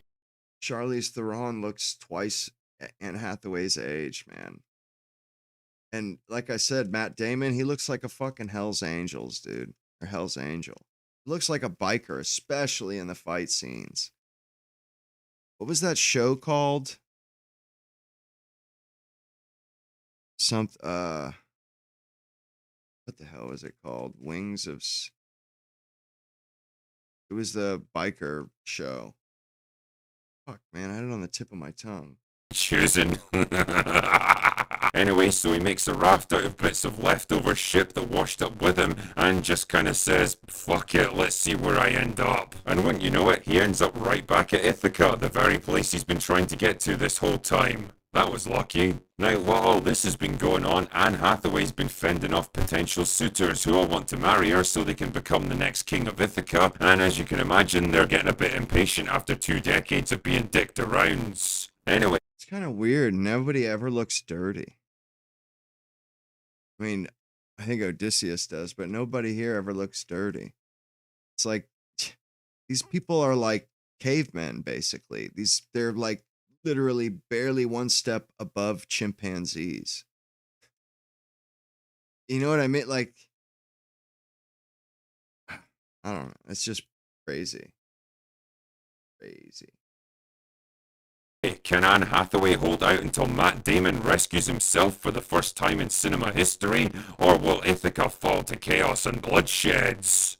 You know, when I see the frankly ludicrous amount of praise that's been heaped on this movie over the past week, it kind of reminds me of the borderline hysteria around Black Panther a few years ago, except with pretentious wannabe intellectuals terrified of getting lumped in with the unwashed plebs if they dare to criticize Nolan's masterpiece, or just partisan culture warriors willing to say and do basically anything to own the chuds. The movie's been dogged by controversy ever since the initial casting was announced, so I guess we might as well start by addressing the 3 elephants in the room. Yes, Elliot Page, Sons of Lupita Anarchy, Nyong'o, and yep. Zendaya are all Yep. in this movie. Yes, Elliot Page Start looks with an just A. as ridiculous as you might imagine trying to run in a heavy suit of armor. No, they don't have more than a couple of minutes of screen time each, and they're largely irrelevant to But the it's- story, and Zendaya doesn't even act. All of these actors and actresses, they just pulled you out of the suspension of disbelief even more. I mean, it just made it all that much more unrealistic. It just didn't seem real at all. It seemed like they just wanted to make a movie with all these people in it so that they could lecture white men in the West. And really, they didn't give a shit about the material that they were using. I mean, you know what I mean? Like it's just a vehicle for them to say their ideology and for them to scold white men in the West. And and that's exactly what they did. You know, Odysseus is definitely a flawed hero. And basically they got rid of the hero part and just made him flawed and kind of stupid, honestly. You know, like I want to hear what the sirens have to say because I'll be the first one to ever survive it. Okay. So much as exists on screen. And yeah, I know it's the principle of the thing for a lot of people, and if you're really bothered by stuff like that, it's kind of like me saying I only spat in your food a little bit, so why aren't you eating it? The point I'm getting at here is that as much as these 3 dominated the headlines around this movie, they really don't have much of an impact on the film itself, and they had no impact on my perception of it. They come and go so. But you know, they were included in this movie for a reason. It was so that they could say the words that their character said. And you know, like what's weird is I got the feeling that Elliot Page's character was written in just to make Elliot Page feel good. It was a participation trophy is what it was.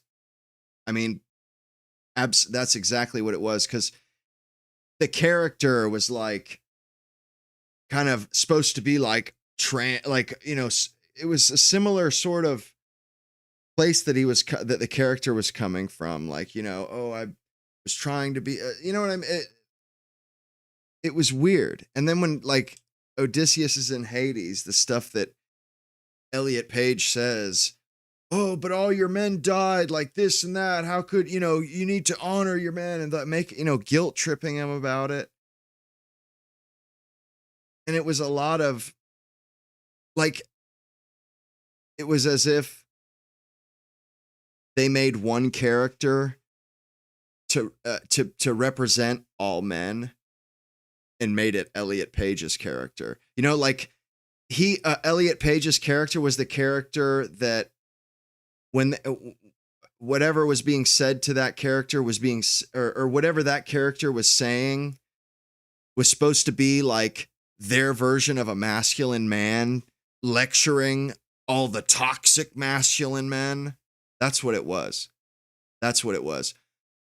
Elliot Page is their ideal, perfect man. I mean, no joke. Elliot Page is their man, their perfect man.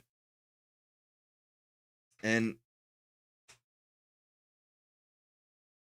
it just seemed like it was a participation trophy. It seemed like a participation trophy for pretty much everybody. Everybody but the crew, like the soldiers that were underneath Odysseus, and Odysseus, basically. Everybody else just seemed like even John Leguizamo was kind of a shitheel, like all the bitching that he did, you know, like, and a lot of it just seemed like a poser or somebody who's been told how great they are at acting or how masculine they are, so they just like they push it even further, and it just comes off even more cringe. It's like it just comes off as acting, you know, like Elliot Page, and they're trying to sound deep, wise,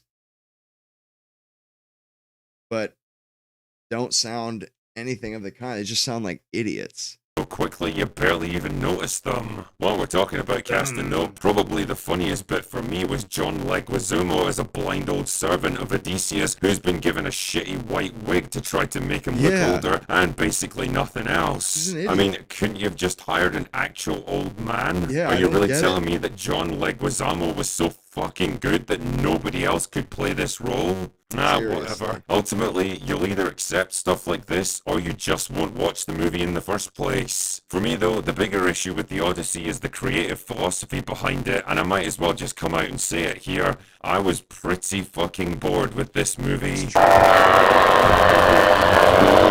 Not because of the source material, not because of the labyrinthine adventure, and not because of the runtime, but because it just refuses to let me in. Nolan's slavish devotion to rendering everything into a grounded, believable tone robs... Like I said, too, half of this fucking movie is by firelight. Either by torches, bonfires. Like I said, the whole scene of them sacking Troy is all by fucking campfire light. The killing the suitors scene at the end, all by fucking firelight. Like, dude, that is not how you light a movie. That's not it's stupid. And look how shitty it looks. The Odyssey of the very things that make it so compelling. Its mythology and its sense of wonder. It's like looking at some beautiful sculpture rendered into a mathematical formula. You can sense the work and precision that went into it, but it doesn't really stir anything in you. There wasn't a single character in this movie that I could ever truly empathize with and root for, because none of them talk or act anything like real human beings. Damn man, even the fucking gods are boring. I mean really, Zendaya's the only one who takes physical form, and even then she acts more like Odysseus' conscience than an active part of the narrative. Odysseus himself is written as this weirdly cold, distant, aloof figure who barely reacts to the things he sees and experiences. His decisions imply that he's got a strong sense of adventure, recklessness, and curiosity about the world, but his emotions and... Really, he just seems like a reckless moron. Like a 20-year-old or a 16 or 18-year-old trapped in a 60-something-year-old's body. Like, that's the kind of shit that Odysseus kept doing. It just fucking fail, man. Absolute fail all the way around. Dialogue are the exact opposite. He's like an android journeying home with no particular sense of urgency or investment simply because he's programmed to do it. Yeah. Where's the loving husband and father desperate to see his family again? Where's the absent king eager to retake the throne and lead his kingdom again? Where's the bold and witty adventurer, the compassionate leader of men? By the time the finale rolled around, I didn't particularly care whether he made it home because he doesn't seem to care much either. Yeah. The movie seems to be portraying him as a vaguely traumatized war veteran haunted by his actions at Troy and his guilt over the sacking of the city, which I get the impression wasn't really part of Homer's original story, and his various trials and setbacks are framed more as a well-deserved punishment. And you know, all of that is ridiculous. Those soldiers did not regret that shit. Not like this. Oh, my men, all the dead men, too many men have died, this and that. No. These guys went out there for, bro, they made no bones about it. They fought these fights, fought these wars. They fought these wars for glory. It was for the glory. It wasn't for righteousness. It was fucking glory, man. And like to portray these guys as like some repentant whip dogs, man, it just doesn't do them justice. You know, that's kind of the whole point of the story, is that they were kind of arrogant and sort of chauvinistic, you know, like they can't imagine, they don't think of what it's like to be the people they step on. You know what I mean? And this story imagines that they're just racked with guilt. Come on, dude. They fucking burned that city down to loot the bitch and rape those women. Like, come on, man. These guys were basically cavemen. You know, they cast their weapons. They literally just poured the fucking bronze into a shape, and that was their they sharpened it a little bit, and that was their weapon. They didn't forge it, anything. I mean, and that's a Viking ship. Like, what the hell? For what he sees as his betrayal of his principles, which is nice and all, but it also robs him of agency because he's no longer striving towards the goal of getting home, but instead just kind of waiting for the next horrible thing to happen to him. His reunion with his son, his wife, and his vengeance against the suitors should be this triumph. Welcome home, stranger. That's what that's what he says to his dad when he finds out that he's home, when he sees him face to face. Welcome home, stranger. Bro, would that make you feel like you were seeing Greeks in the Bronze Age? Would that feel authentic? Would that add, or would it take away from the experience? Man, you know, honestly, Christopher Nolan had some decent movies at the beginning of his career, but he's not that special. I think he lacks talent, actually. I think he's good at the technical stuff, but I don't think he really has much for creativity, much for any real artistic talent. I think he's sorely lacking there. And cathartic release of emotions that have been building through the whole movie, but it all comes across as flat, procedural, and obligatory. Just a brutal fight in semi-darkness where you can barely even tell what's going on. Shit, man, even watching an old dog finally dying after being reunited with his beloved master for the first time in years. What's up with that? You know, this is how desperate they were to try and add some endearing emotion. Like they put a dog in the movie that he picked out of the litter at the beginning, and then the dog survives barely to see him when he gets back, and he has this moment, this reunion with the dog that he hasn't seen in 20 years. Like, bro, it's a dog, man. It's a dog. The guy just literally went through an odyssey. You know, it's this huge, epic, death-defying adventure after they waged war on a fortress citadel for a decade. Which should be an emotional and he's worried slam about the dunk dog. Doesn't really hit because the character himself barely even acknowledges it. The only actor who really seems to be going for it is Robert Pattinson, who plays every trick in the book to make his antagonist as much of an obnoxious, cowardly asshole as possible. It works. You really do hate the guy. It's kind of over the top, though. They go way out of their way to make this guy and they make the character an asshole. There's no redeeming qualities. He's just a piece of shit. At the beginning of the movie, he gets, they're drawing lots for who's going to go with Odysseus, and they're kids. They're like 10, 12-year-old kids because they'll be older by the time they get there. to the war, even though they're sailing to the war. It's not going to take them a decade to get to the fucking war. But Robert Pattinson's character, and the kid that plays his character as a young kid, he's like a supermodel kid. Like, it's so out of place. The kid's like a straight up supermodel. And he's like 12, but he draws a lot to go with Odysseus. And when he gets the lot, it's like a little totem. He turns around and whispers in the kid behind him's ear and gives that kid had drawn a good lot. He wasn't going to have to go. And then Robert Pattinson's character gets the kid to take his so that Robert Pattinson can stay behind. And he lies the whole, like, after Odysseus leaves,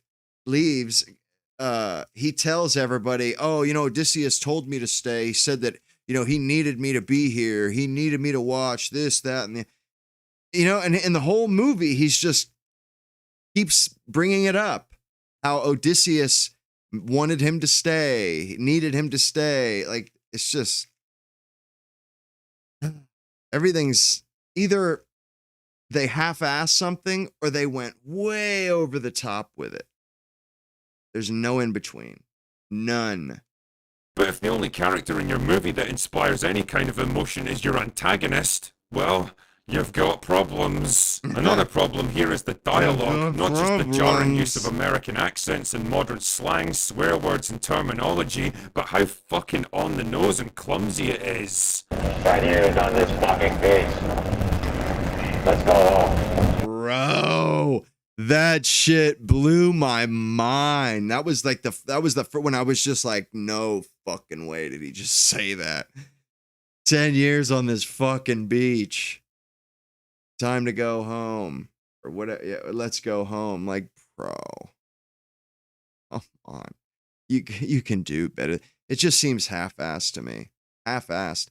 Bro, people don't go to movies to hear their fucking kids' lingo. They don't go to see the Odyssey to hear the characters talk like they're 15-year-old. Come on, man.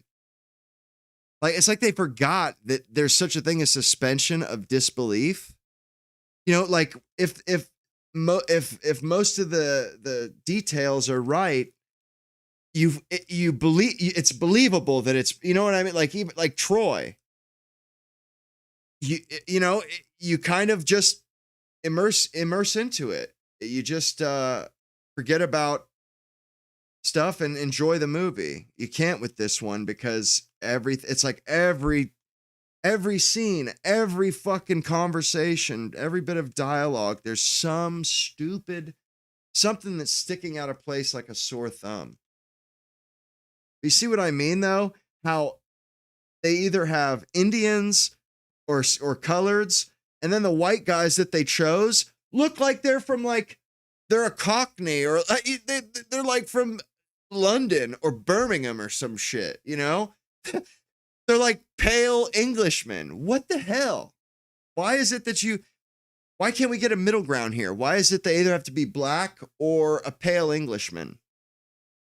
Because neither of those seem authentic in the slightest sense. It's just, what a shit show. Terrible.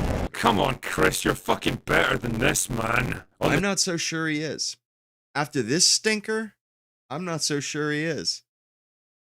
Dude, this thing he laid an egg with this. Seriously. Laid an egg.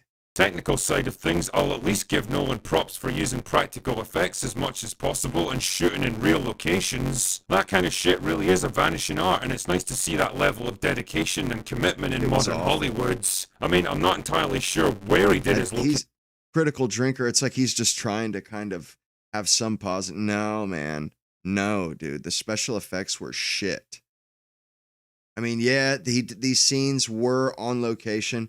There was that many guys actually on the set.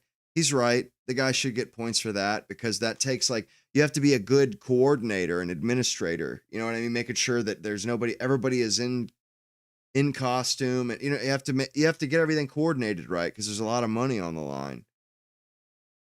But the costumes, shit. The the special effects shit, like fight scenes, a lot of the fight scenes, either they were comical because, like I said, at the suitor scene at the end, when they have after Odysseus butchers like 70 guys with a bow while they just run in circles around him.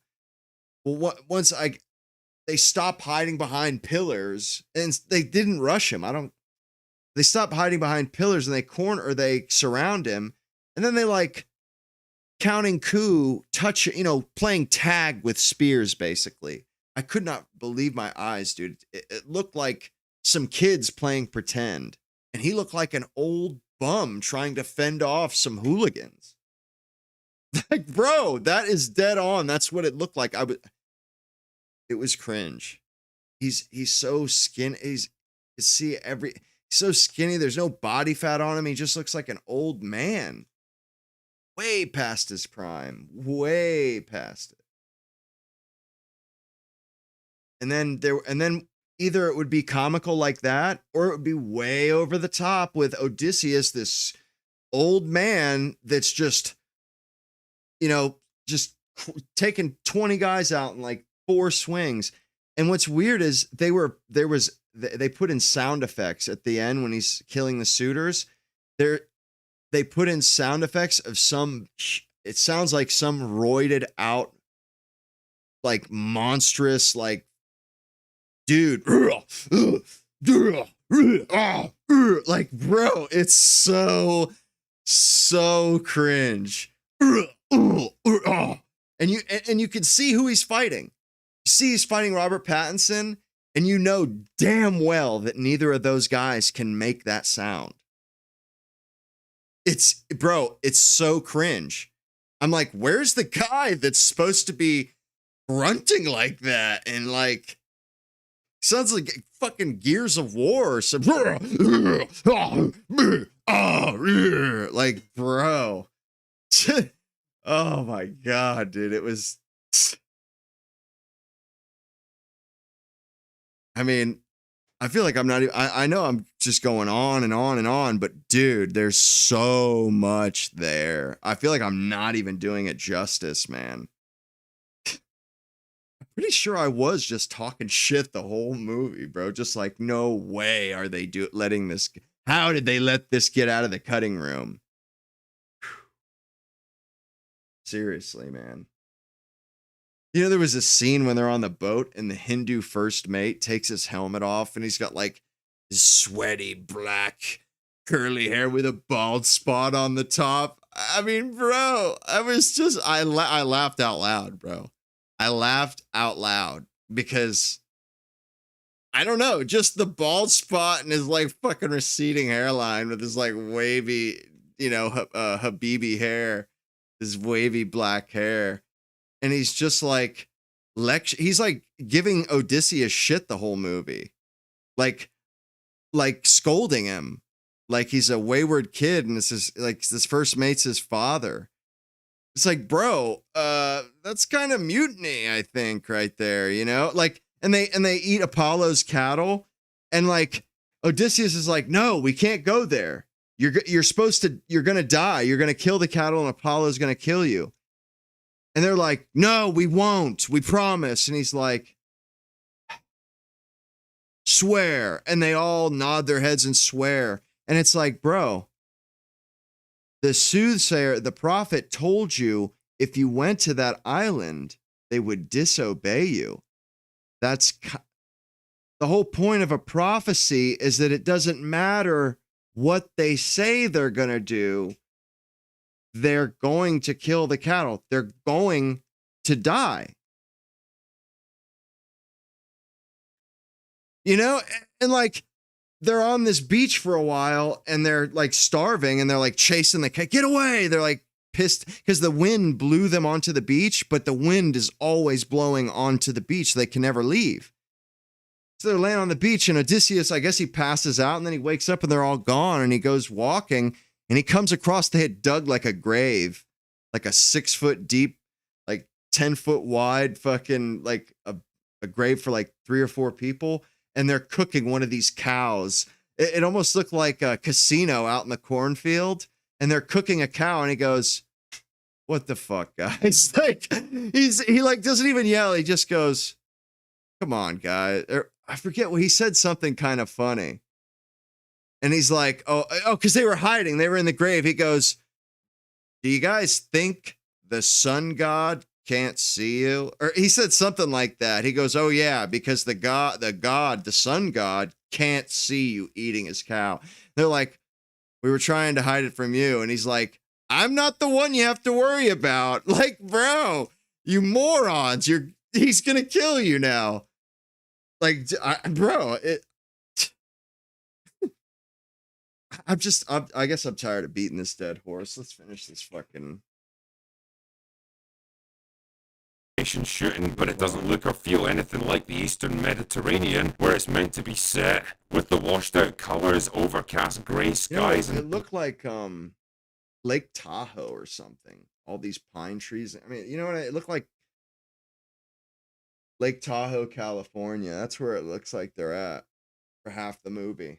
bleak windswept hillsides. It looks more like Scotland in November. And I guess that really sums up the overall tone of this film. Bleak, dull, muted, and relentlessly dour. An adventure without spirit. A hero's journey without a hero. An epic saga without any sense of scale and grandeur. A clinical, precise, finely engineered movie made by a man of great technical skill and intellectual power, who can process and study every line of the source material, but who seems to lack the romantic soul and the wonder and the sheer humanity to bring it all to life. For me, The Odyssey was an impressive, thought-provoking movie with an incredible cast, made by one of the most successful directors of his age, and it'll probably go on to rake in a lot of money and awards just like we all knew it would.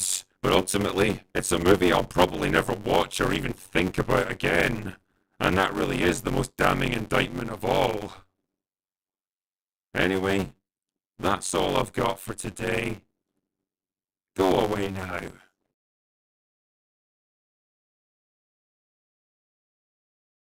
Man. So Elon Musk Really had a recent. I'm not gonna lie, it kind of pisses me off that, you know, like I love movies. I've said that several times already this show. And it kind of pisses me off that this is the movie that the first movie I reviewed. You know, this is like, it kind of pisses me off, bro, because it was shit. I don't know if you guys, honestly, I would be, or I would enjoy doing movie reviews. Maybe I'll, you know, do like a weekly review, do like a, you know, a movie, recommend a movie. I love that kind of shit. And also kind of, I'd have probably get into some stuff that I haven't seen before. You know, I've seen a lot of movies, basically, uh, you know, all of the blockbuster movies since like the 30s.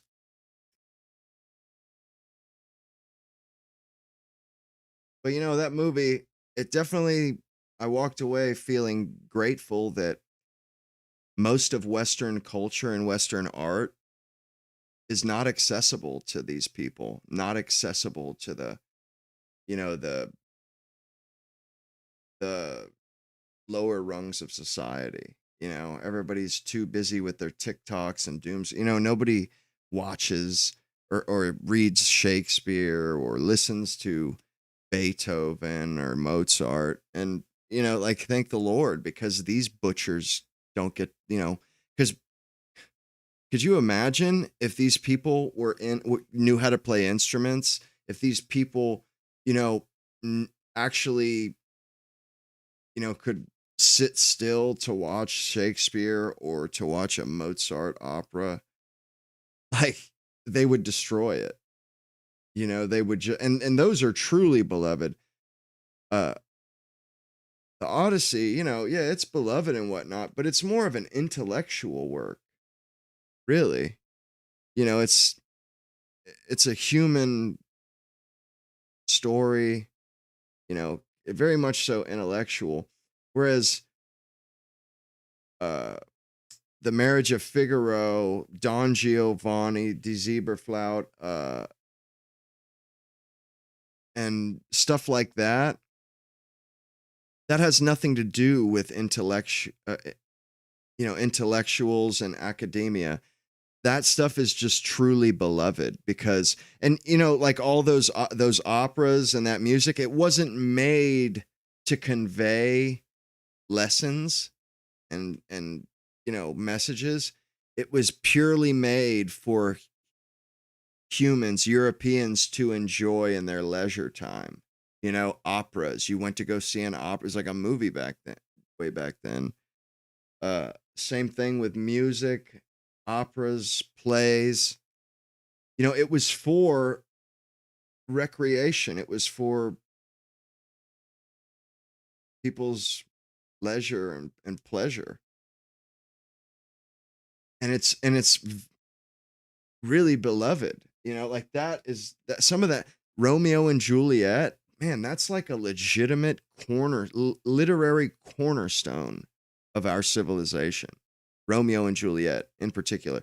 And Odyssey, because I remember reading Romeo and Juliet and the Odyssey in my 9th grade English class. So I guess they're on about par, but the Odyssey isn't in English.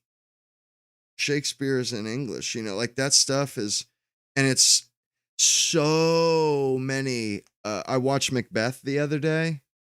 Man, there are so many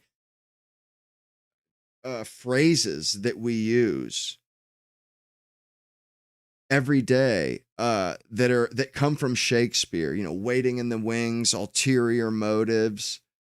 I heard one in Macbeth the other day, and I forget it's a really one you hear a lot. I had no idea it was a Shakespeare quote, a phrase. And like a lot of our language was coined by Shakespeare. Like terms that we use, so many of them are from Shakespeare. Wearing your heart on your sleeve, that's from Othello. I'll wear my heart upon my sleeve for doors or daws to peck at, birds. Or like the green-eyed monster, jealousy, that was from Othello too. But a lot of stuff, so much stuff is from Shakespeare. And thank goodness these people use Shakespeare every day. I think everybody that speaks English probably uses some Shakespeare quotes or phrases every day. But they don't realize it, and all the better, because it would be tragic if they did to all this stuff the European civilization has brought to the world, what they did to the Odyssey. It's like they didn't just kill the Odyssey, they tortured it for 3 hours. Kept it alive just so they could, keep it, make it endure the pain. I mean, it was ridiculous. Hmm.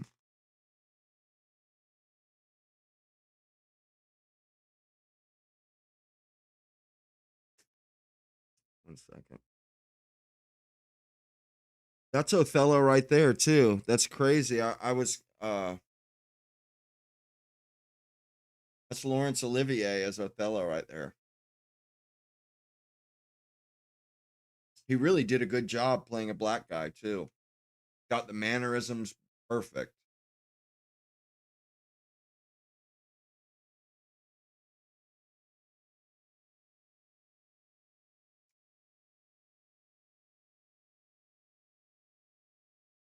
Before we start, if you can hear yelling in the background.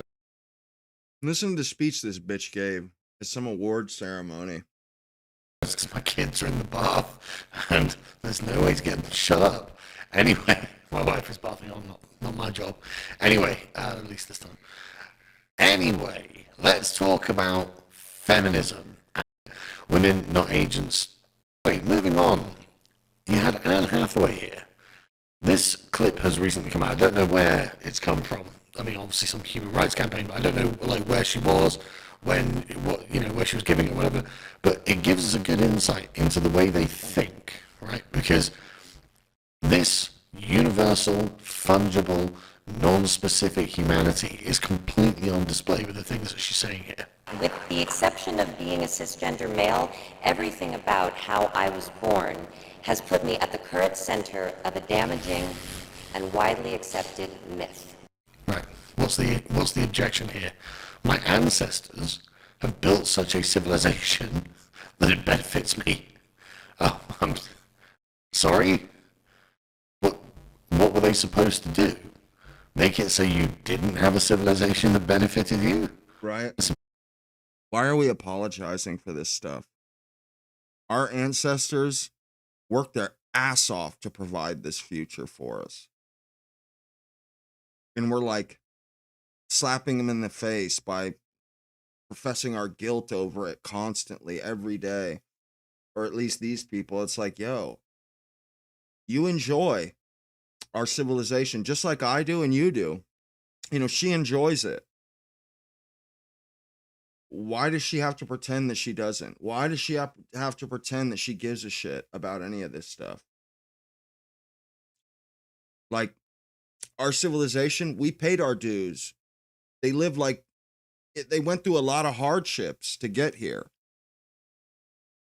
With no help from anybody else. No help from the Middle East, or well, I think algebra and some medicine, but really with no help from anybody else. We fucking carried it all on our back. Or at least Europeans did before I was born. It's a bit weird. Seems a weird thing to do. Why would they want to do that? If for no other reason than like we are their progeny. Surely they would want us to do well in our own society. But Anne Hathaway looks at that and goes, well, hang on a second. What about my interchangeable, universal, fungible, non-specific proto-human who lives in the woods in my fancy imagination of liberalism?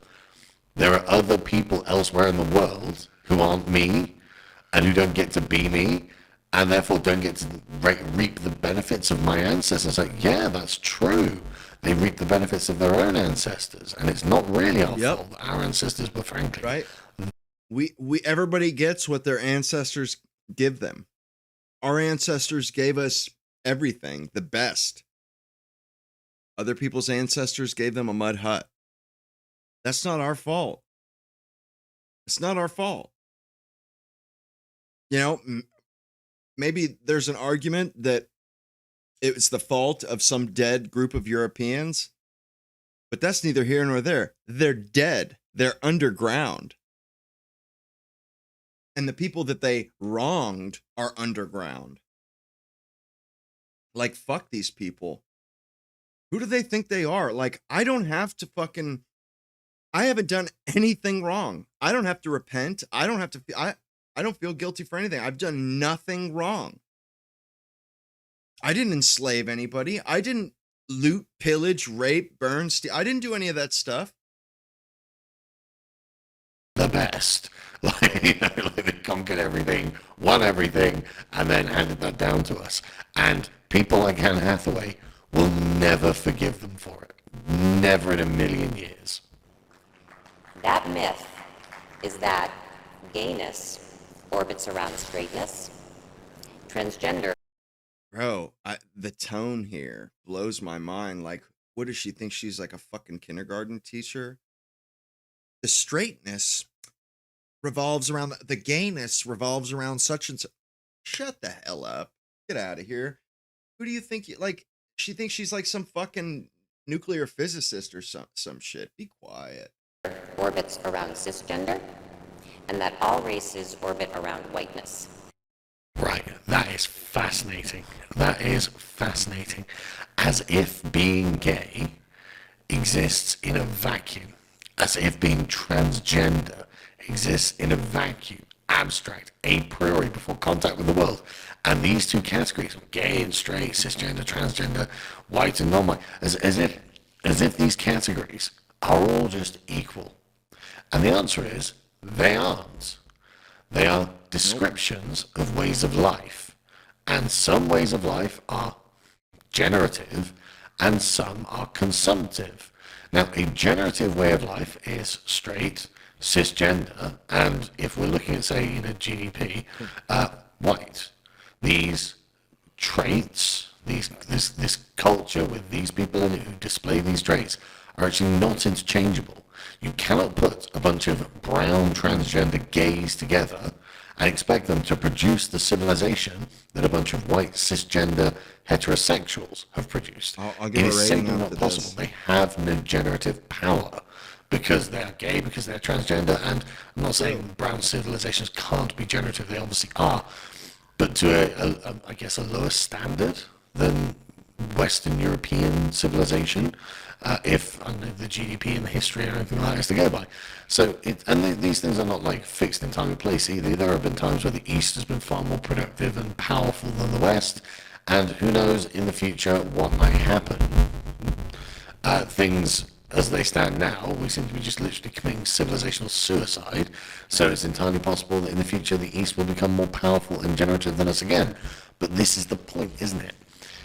These things are not the same. That's what it boils down to. Especially, forget the sort of whiteness thing for a moment. Especially the transgender, cisgender, gay, heterosexual. Right? These things definitely are not generative. They do not reproduce themselves. And therefore they rely upon the straight people and the cisgender people produce. They prey on the straight people. Like, they have to convert straight people for them to continue because they can't reproduce. It's a good argument. In order that they can even exist. That's why they orbit around them. That's why no matter what happens, you will always be like, okay, well, the cisgender people have to have those children. The heterosexual. The reason being is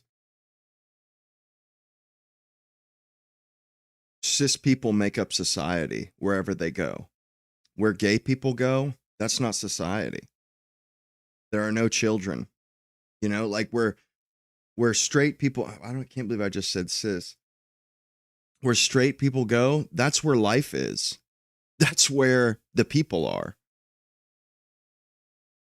And then, gay people, like, they orbit around but they're not the one, like, if there's anything happening, they're not the ones that are responsible for it. They're just not.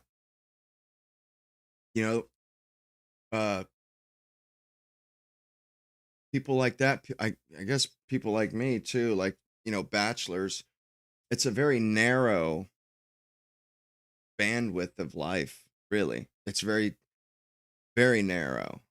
You only have one person to please, maybe two, as opposed to, a wife and kids or a husband and kids. Like, it's a very narrow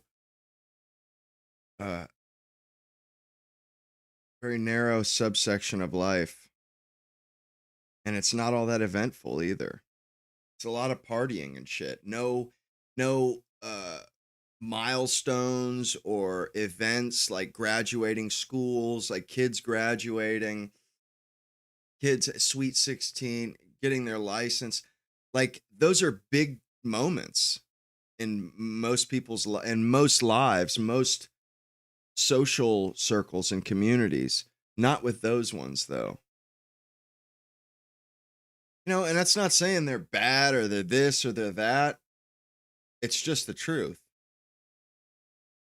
Their way of life it's an alternative lifestyle for that's,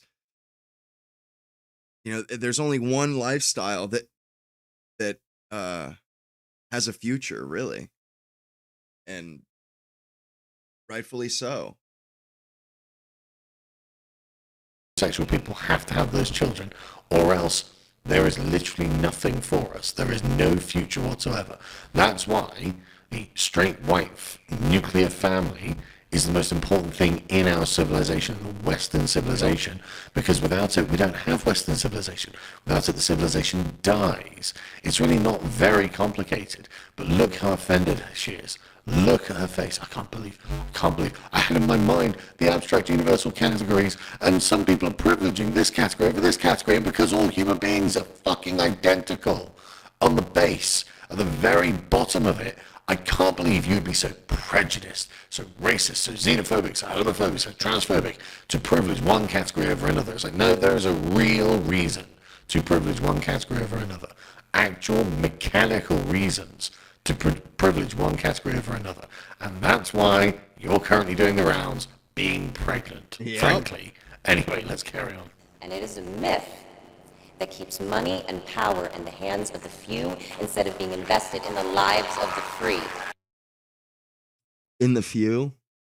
You mean, like, if she's talking about the elites, maybe I could probably have a conversation with her about that. But if she's talking about heterosexuals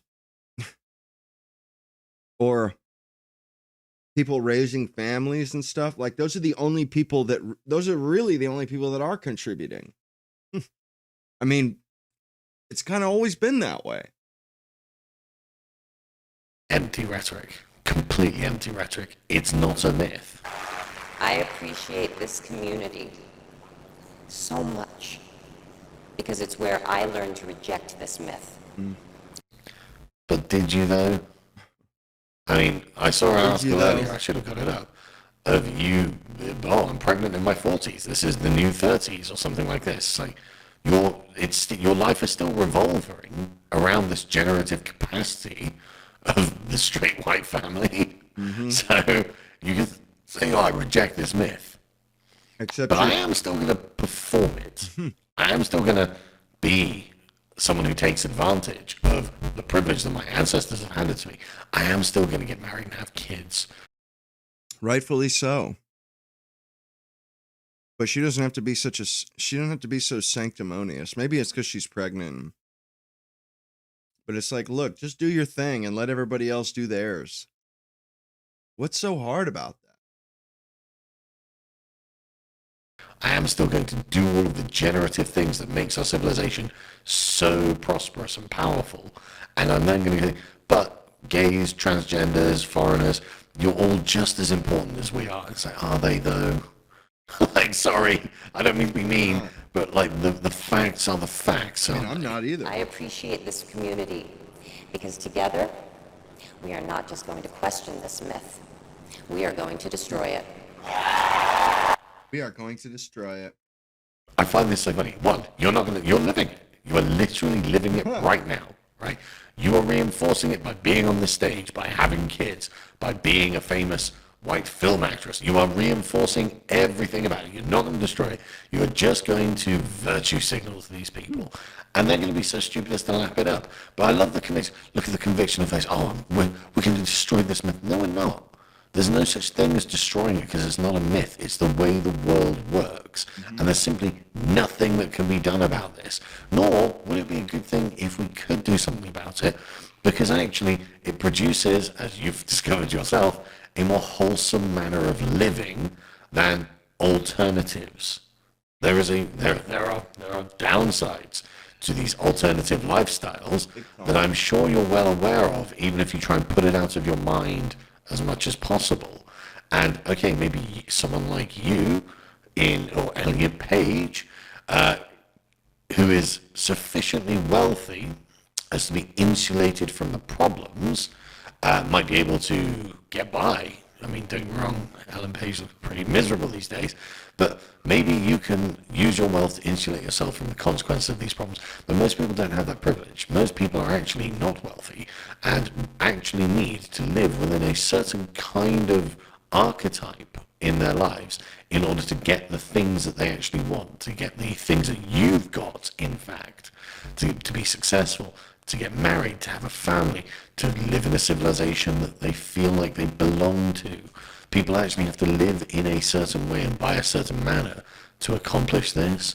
Just the thoughts that you, just a thought on your, we're going to destroy this myth. Why are you living it? Because Right, and she doesn't realize how many lives that would honestly destroy. Like, does she even fathom how much misery that would entail? And people, they live that way. Yeah, so they can get the things that she hasn't had to work for. Everybody else has had to work their ass off and jump through hoops and grit their teeth and push through it, endure. Not her. She's just been virtue signaling. And like I said at the beginning, like when she was in The Devil Wears Prada, she was young and bubbly and pretty. She was quite sexy, has that porcelain skin, like perfectly shaped face, perfect nose and shit. This is just such a myth. Anyway, I now have to go to my prenatal classes. It's such fiction. I enjoy how fictional it is. Anyway, if you would like some intellectual reading material that actually cuts through these kinds of nonsense statements, I don't know why my memory is pissing me off this stream. It's just I blanked a couple times. I forgot what I was gonna pull up next.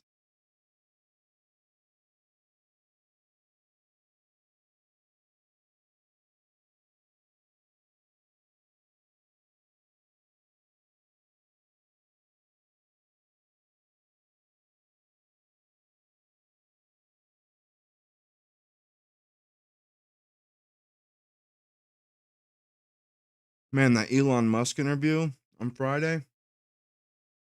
I wish I had watched the whole thing or kept watching it because it got taken down.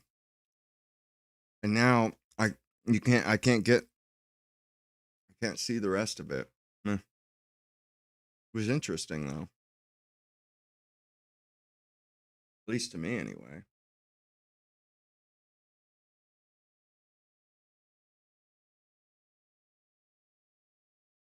I wish people would just focus on their own lives. Like all of this social justice shit. It's like nobody actually does the work of living their lives. Like that Renee Good or whatever in Minnesota.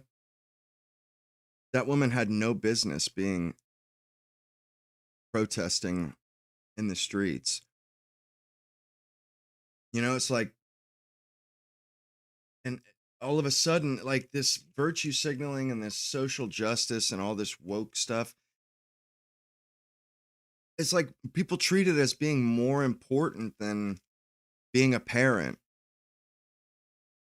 or being a productive member of society. And, it's simply just people jockeying for power, like these actors and actresses. And I get why they're doing it. They want to work and stuff, but it's just, how come nobody steps up and as leaders, and like, okay, you want to work? Well, then start your own studio. Fuck Hollywood. You know what I mean? Like, if even just half of the actors and movie stars and big shots in Hollywood, if just half of them struck out on their own, that would be enough. It would be enough. But no, they're all cowards. They're all cowards. I mean, you have guys like Mel Gibson, but the rest of them, they're just a bunch of cowards. And it's like, it's the group think and stuff. It just, and I kept found myself feeling at the end of the Odyssey, I was thinking to myself, like, what kind of a place, like, could it be that this place actually existed back then, that all these people have stopped time because one guy left? You know what I mean? Like, time stopped in Ithaca. Time, like, like they're all waiting for Odysseus to come back. And I was thinking to myself, I'm not so sure how believable that is, because in real life, Telemachus would have manned up, would have been, like they always say, like Renee Zellweger or Rachel Ziegler for Snow White said, oh, she's gonna be the leader that she knows she can be, that her father told her growing up, the strong leader. Like, why is it that the son doesn't do that? Why does he just roll over like a little bitch? And like his mom, 20 years, like stuck on, even though the guy told her to move on, like, but it just seems weird to me how all these people's lives were in limbo, at least in this movie.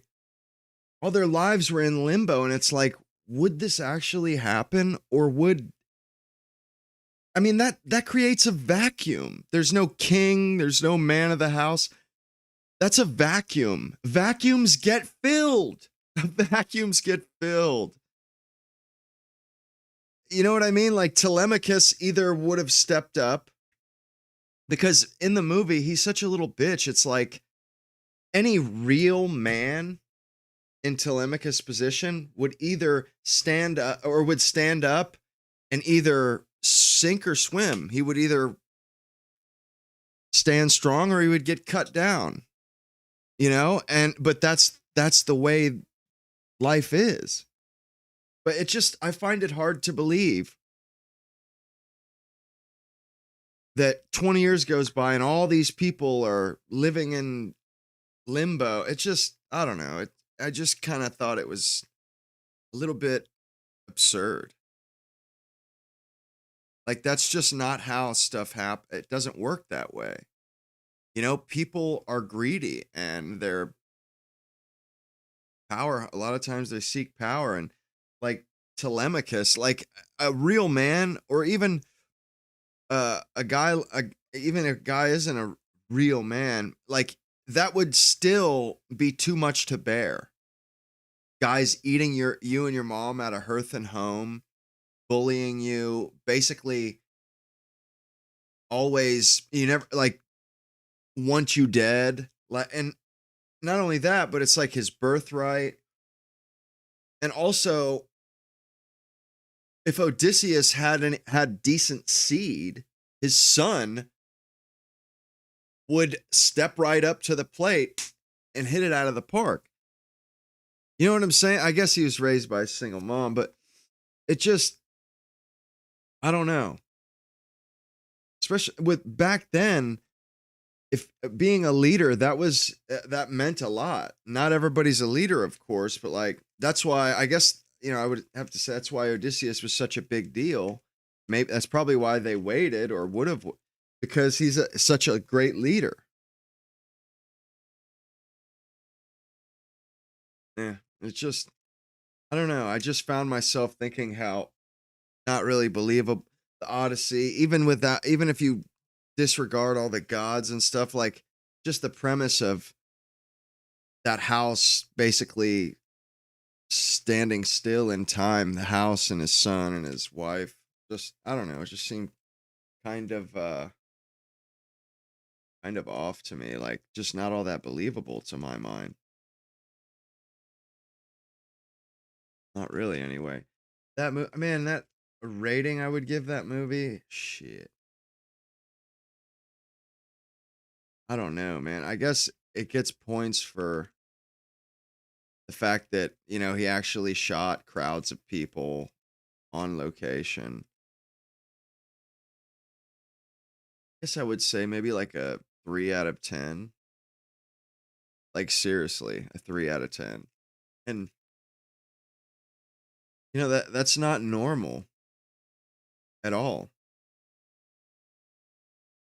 The Hollywood knows how to make a good movie. They know how to make an ends.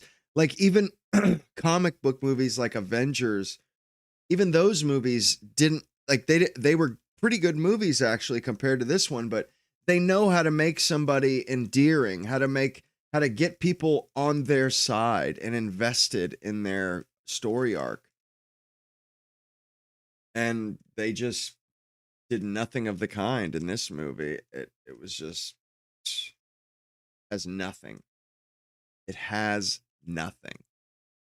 You know, I mean, visually, I didn't even think it was all that appealing. Like I said, all of this stupid everything by firelight. What is up with that?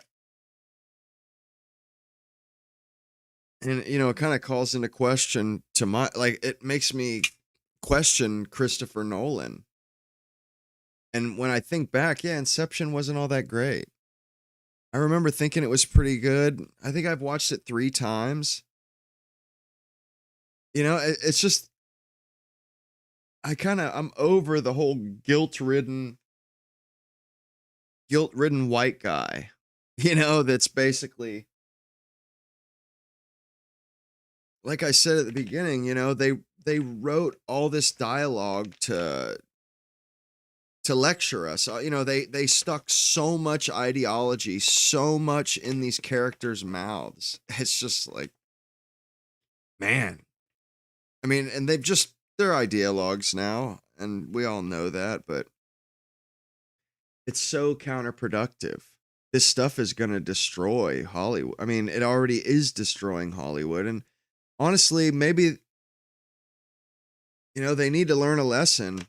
And either they can come back from this and they're able to fix these problems or get back to making good movies, or they don't. And you know what, I'm content that I'm contented with that. Either they will please us, make good movies that are entertaining, or they will die, or Hollywood will die. And I think that's as it should be. Absolutely. You know, on a different topic, I seen a video the other day about how men overwhelmingly checking out. Like, not just legitimately checking out. You know, a huge chunk of white men even aren't employed, not looking for employment, haven't had sex in the last year, aren't looking to date, you know, not getting married, not going to school, not running for office, all just a lot of stuff that men have just, and you know, like the fact that they are checking out, walking away. You know, there's a lot to that actually. Like they're walking away so men don't feel like there's anything to be gained from engaging with these institutions.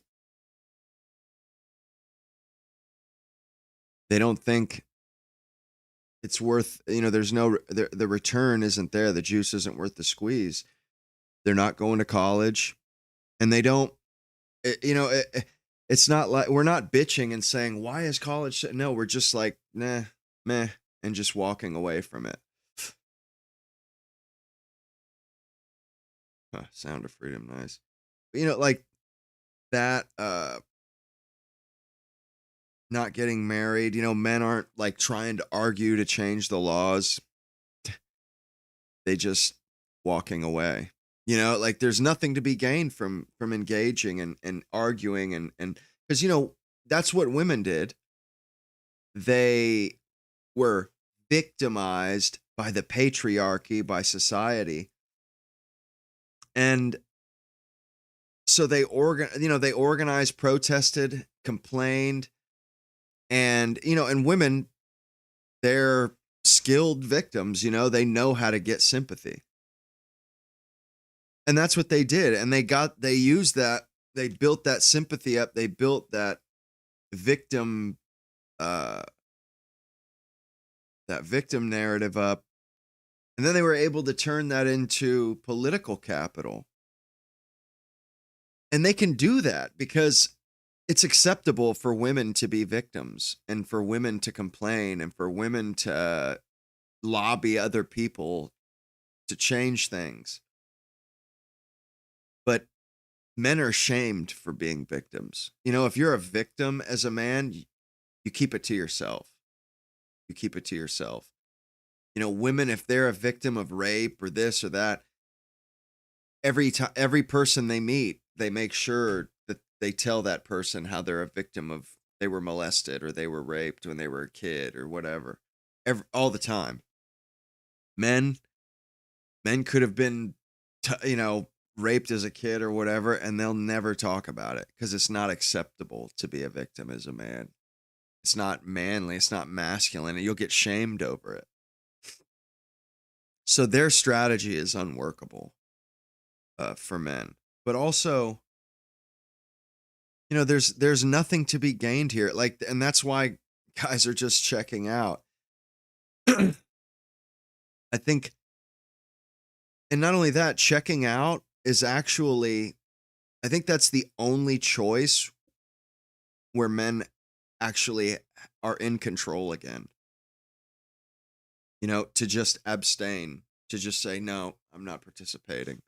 That's the only way men have control. And, you know, that's a big deal to us, you know, being in control of our own destiny, you know, not at the mercy, the tender mercies of the culture.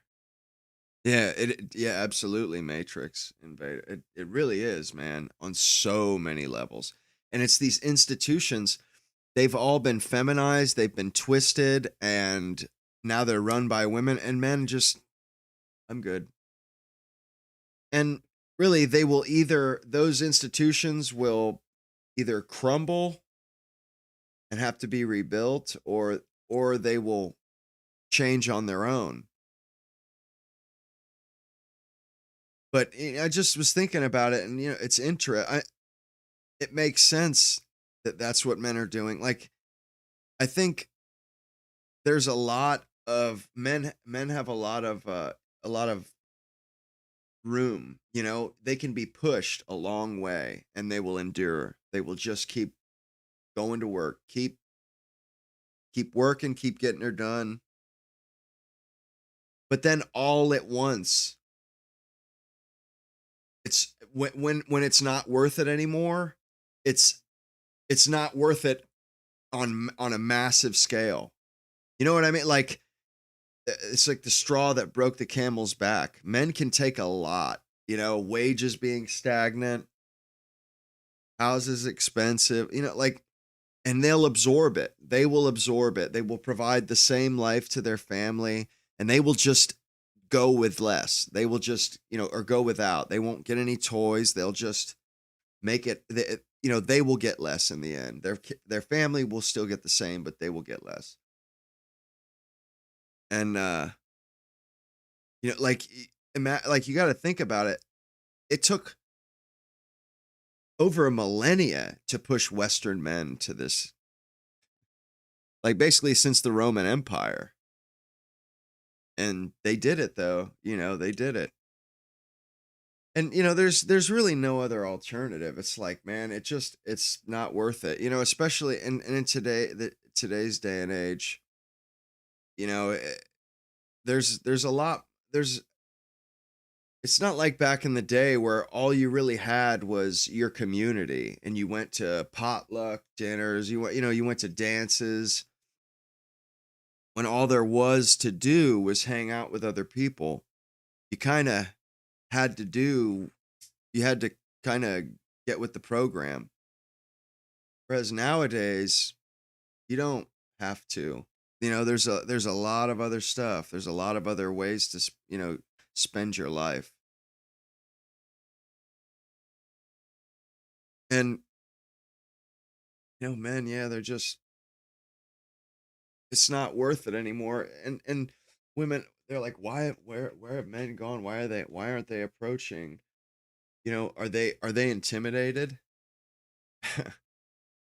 When it's like, no. Almost every time I hear a woman opens her mouth, it's to lecture a man or to try to guilt trip us, try to, like I heard a woman the other day saying how so like all incels and all this language, it's like it's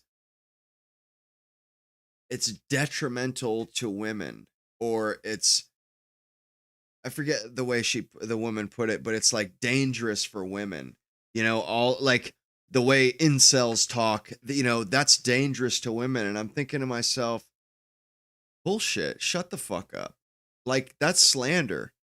Are you just saying, you're saying that regular guys, talking about stuff online, video game, whatever, talking red pill, that stuff, that's dangerous? No, it's not. Like, most guys don't turn into rapists. They don't turn into it's ridiculous. I'm tired of this shit.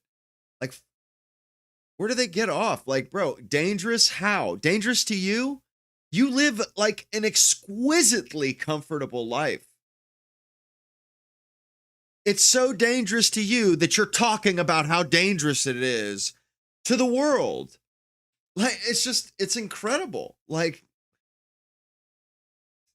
these women, they live the best lives that women have ever lived on the face of ever. Women have never had it better than they have it today. And men, we've really shaped up. Remember how, there used to be wife beaters and stuff, like in Forrest Gump, Jenny's dad, violent guys like that. That used to be, there's a couple of those guys, I would imagine, in every small town, one or two. But not now. They're almost non-existent. It's just non-existent. But you wouldn't know it to listen to the women. There's no, like, you don't see women with black eyes or women complaining about their husband beating them. It's always about how that could happen and how women have historically been beaten by, and that could happen to her or them. And it's like, man, you are pathetic. You are pathetic. You are such a victim without a crime or being victimized. They're a victim that's never been victimized. They're so comfortable. Their lives are so good. They have to reach into the past for wrongs that have been done to them supposedly. They have to reach way back into the past. And I don't know why anybody why do we put up with it anymore? Why aren't these women to just be quiet? It's like when a woman starts, you're done. And you're done. Just shut them up. Nope. No, you're not going to lecture me. No, I don't feel guilty. Shut the fuck up. Shut the fuck. I mean, they live this incredibly comfortable life. They're ungrateful. They take everything for granted. There was one in a video I played the other night where the girl's like, my body is worth your ugly ass money. It's like, first of all, it's fucking dollar bill. Like, it's not gold, it's paper. But they're so clueless. It's like, you do realize that men risk their bodies and beat the shit out of their bodies to make that money. The woman's like, oh, yeah, that's your money. You can just go get that. My body is sacred, blah, blah, blah. It's like, yeah, mine is too, bitch. I could have died every day. I'd climb trees and trim power. I could have died every single day. Like, her body is in less danger and in better shape than it just goes to show how, oh, thank you, sir. It really goes to show you how skewed and off their relationship with money is. You know, their relationship with money is like, it's like a colored person's relation. You know, like it's just easy come, easy go. A drug dealer's relationship with money.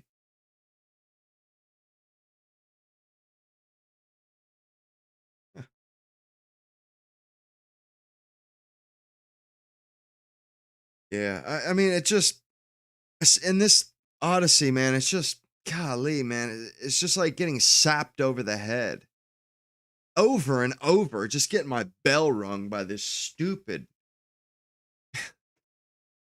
I don't get why we listen to what these people have to say. Seriously, and how our society got so skewed that hurdy word, you know, like that Shiloh Hendrix. Like, how is it that, you know, we're allowing these people to buffalo us like this? You know, it's not good. I mean, the English over there, they're struggling with that shit now. Like, and this is like the beginning. You know, that Shiloh Hendrix, she was convicted of a crime because she said the N-word. You know, I mean, that's crazy, man. That's crazy. Well, I mean, that's not a good sign. And then a judge made sure that you know, and the stuff that these progressive people say, they talk about, you know, death to white people. All men should start out in prison and work their way out, or kill all men. These people,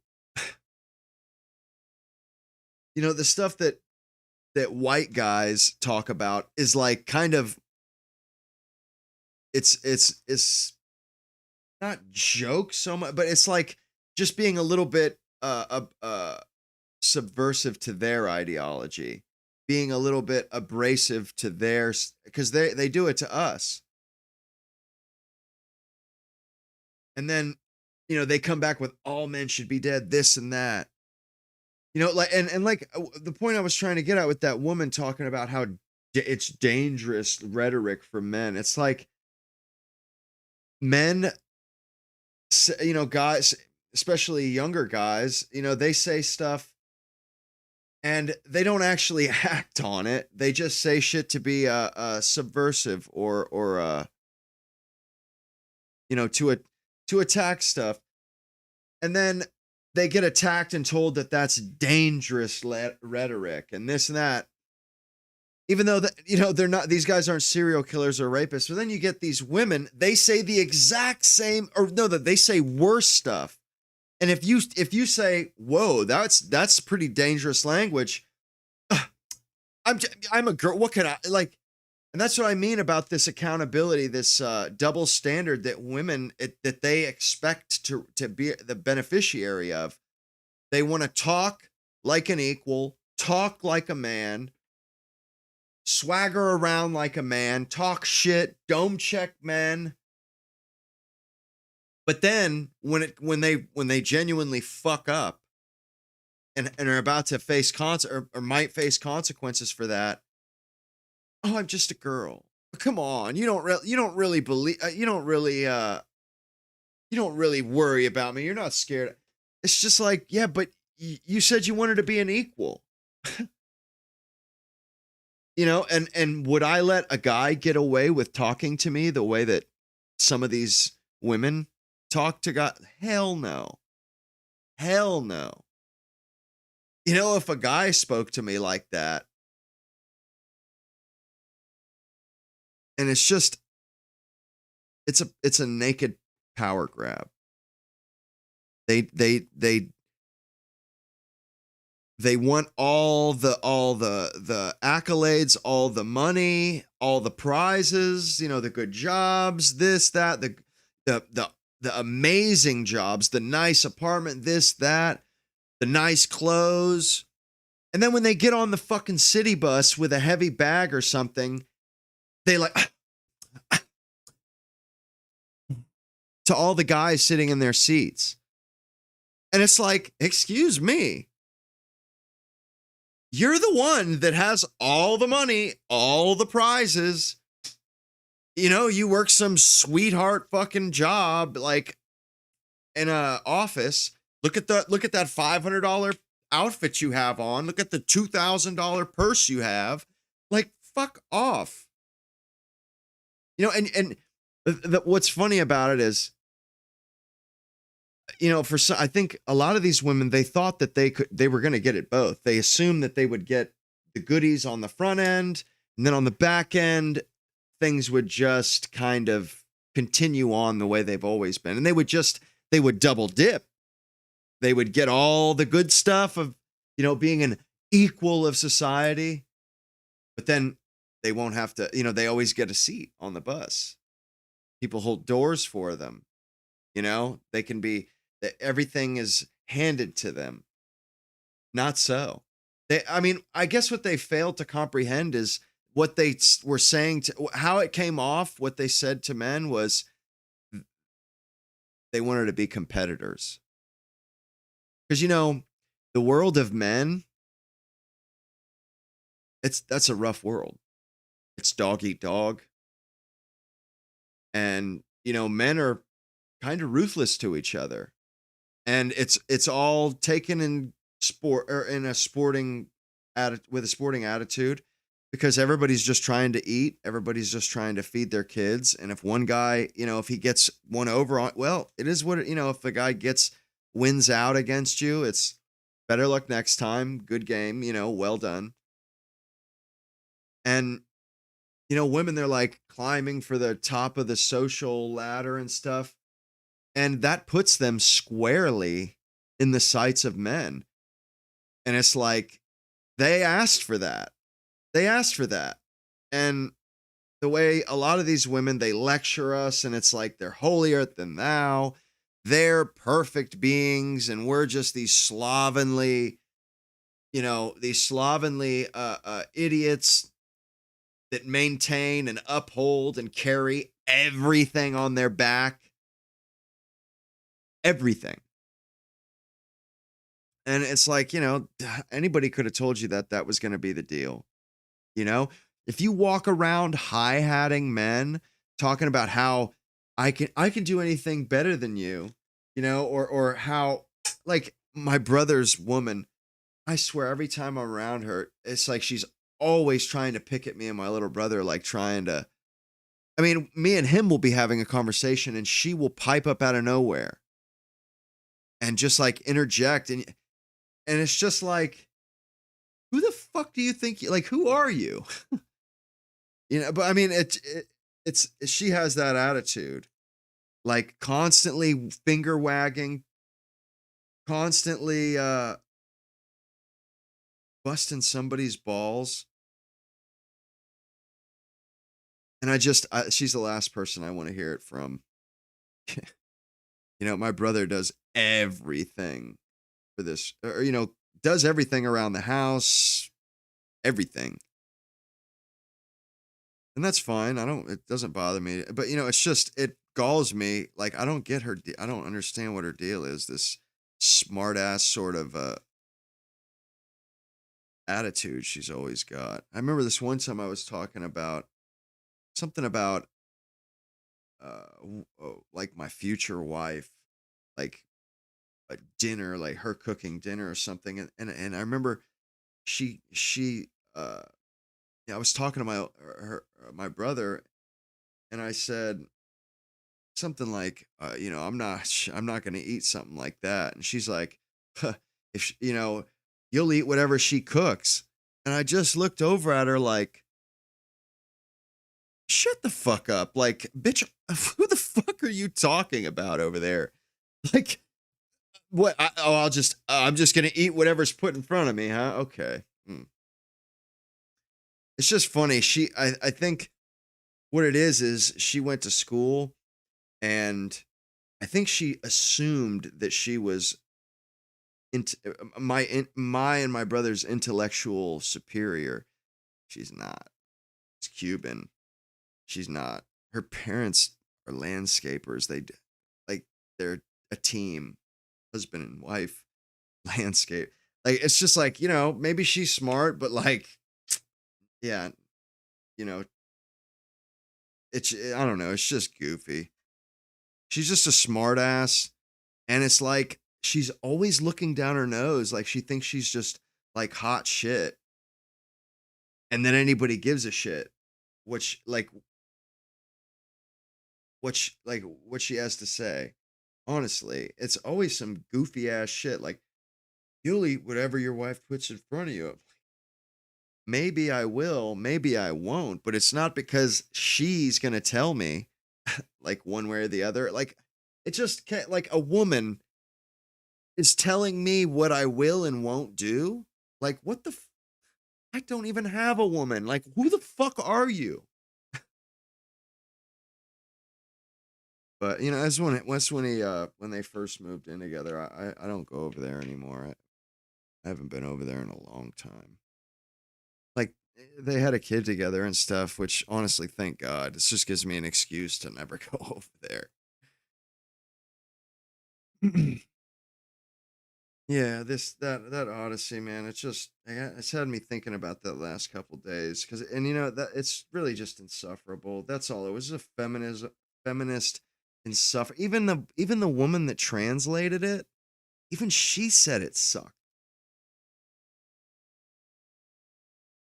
Even she said it sucked. She was like, you know, it's like, you know, Odysseus definitely a hero with some flaws, but apparently Nolan decided not to make him a hero, just a guy with flaws. Like that's pretty rough, man. When the feminist author is is calling you out, bro. Anywho, that's it for me tonight. I've rambled enough, I think. I just had to get that one out with the Odyssey. Yeah, I kind of would like to do movie reviews. You know, I watch movies all the time, of course. It would be pretty cool to just like, you know, whatever is on my mind, whatever movie I'm chewing on, you know, just kind of making mention of it. Hey, I got you, Goldie.